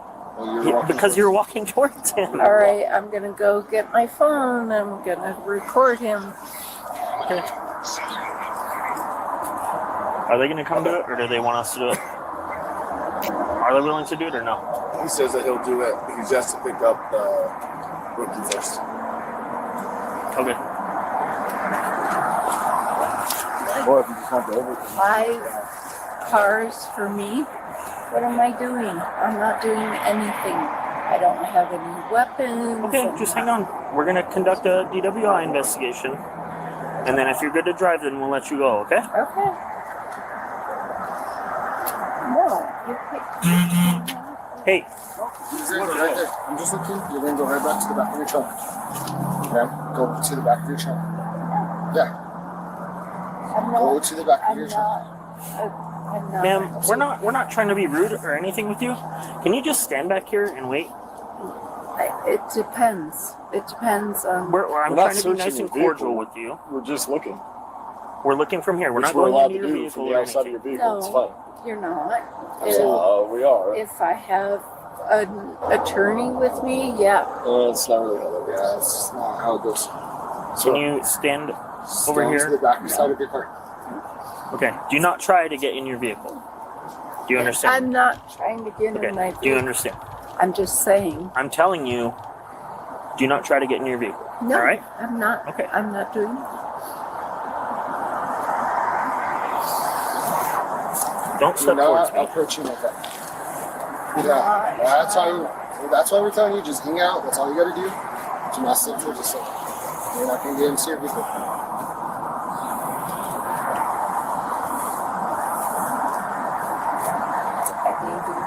License, insurance. Let's skip ahead, guys. No. Because I mean, that's not a crime, right? To have a tire go in. No, but it's kind of weird. I mean, it's it is a crime to drive in a vehicle in unsafe condition. No, I was pulling off to fix it. Okay, please. The lie detector determined that was a lie. Husband to get fixed. Chris, run the. Just arrest her already. We asked you multiple times. Get out of my way. I'm not gonna get out of your way. I'm gonna ask you one more time. Get out of my way. To go back to the back of the truck. Stand right there. Yeah. Touch me. Just relax for now, man. Why are they touching me? Because it's about time.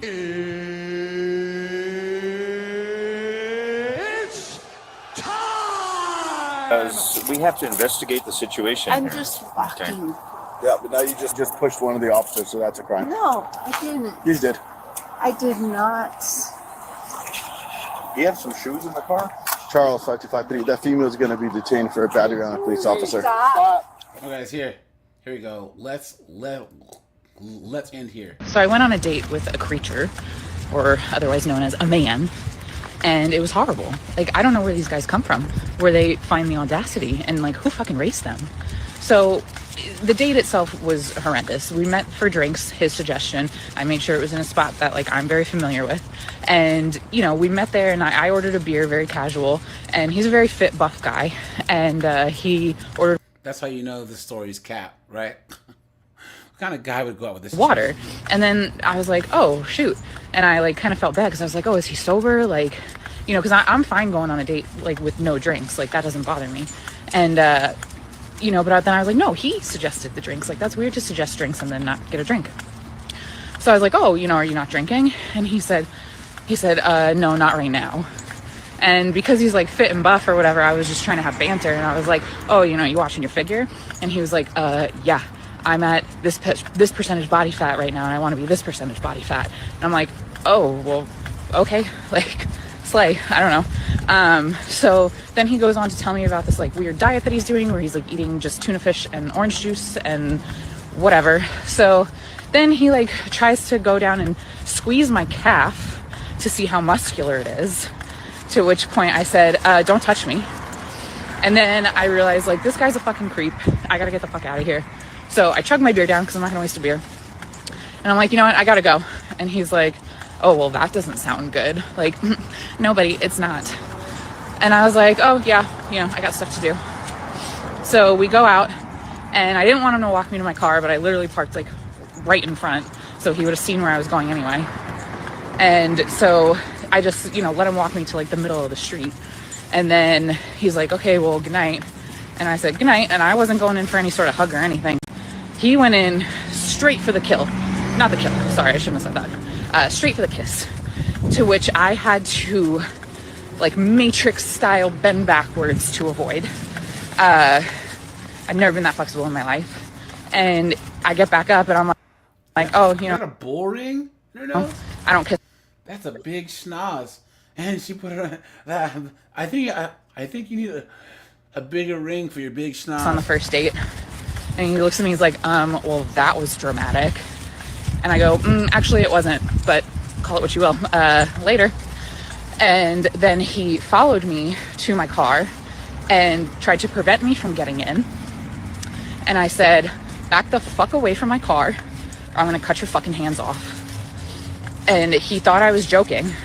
And so I shoved him in the chest, away from at the door, hopped in, closed the door and locked it right away, grabbed my bat from the back and showed it to him, and then fucking peeled out. And this motherfucker has the audacity to scream after me, so am I gonna see you again? Guys, do you think that this is a true story?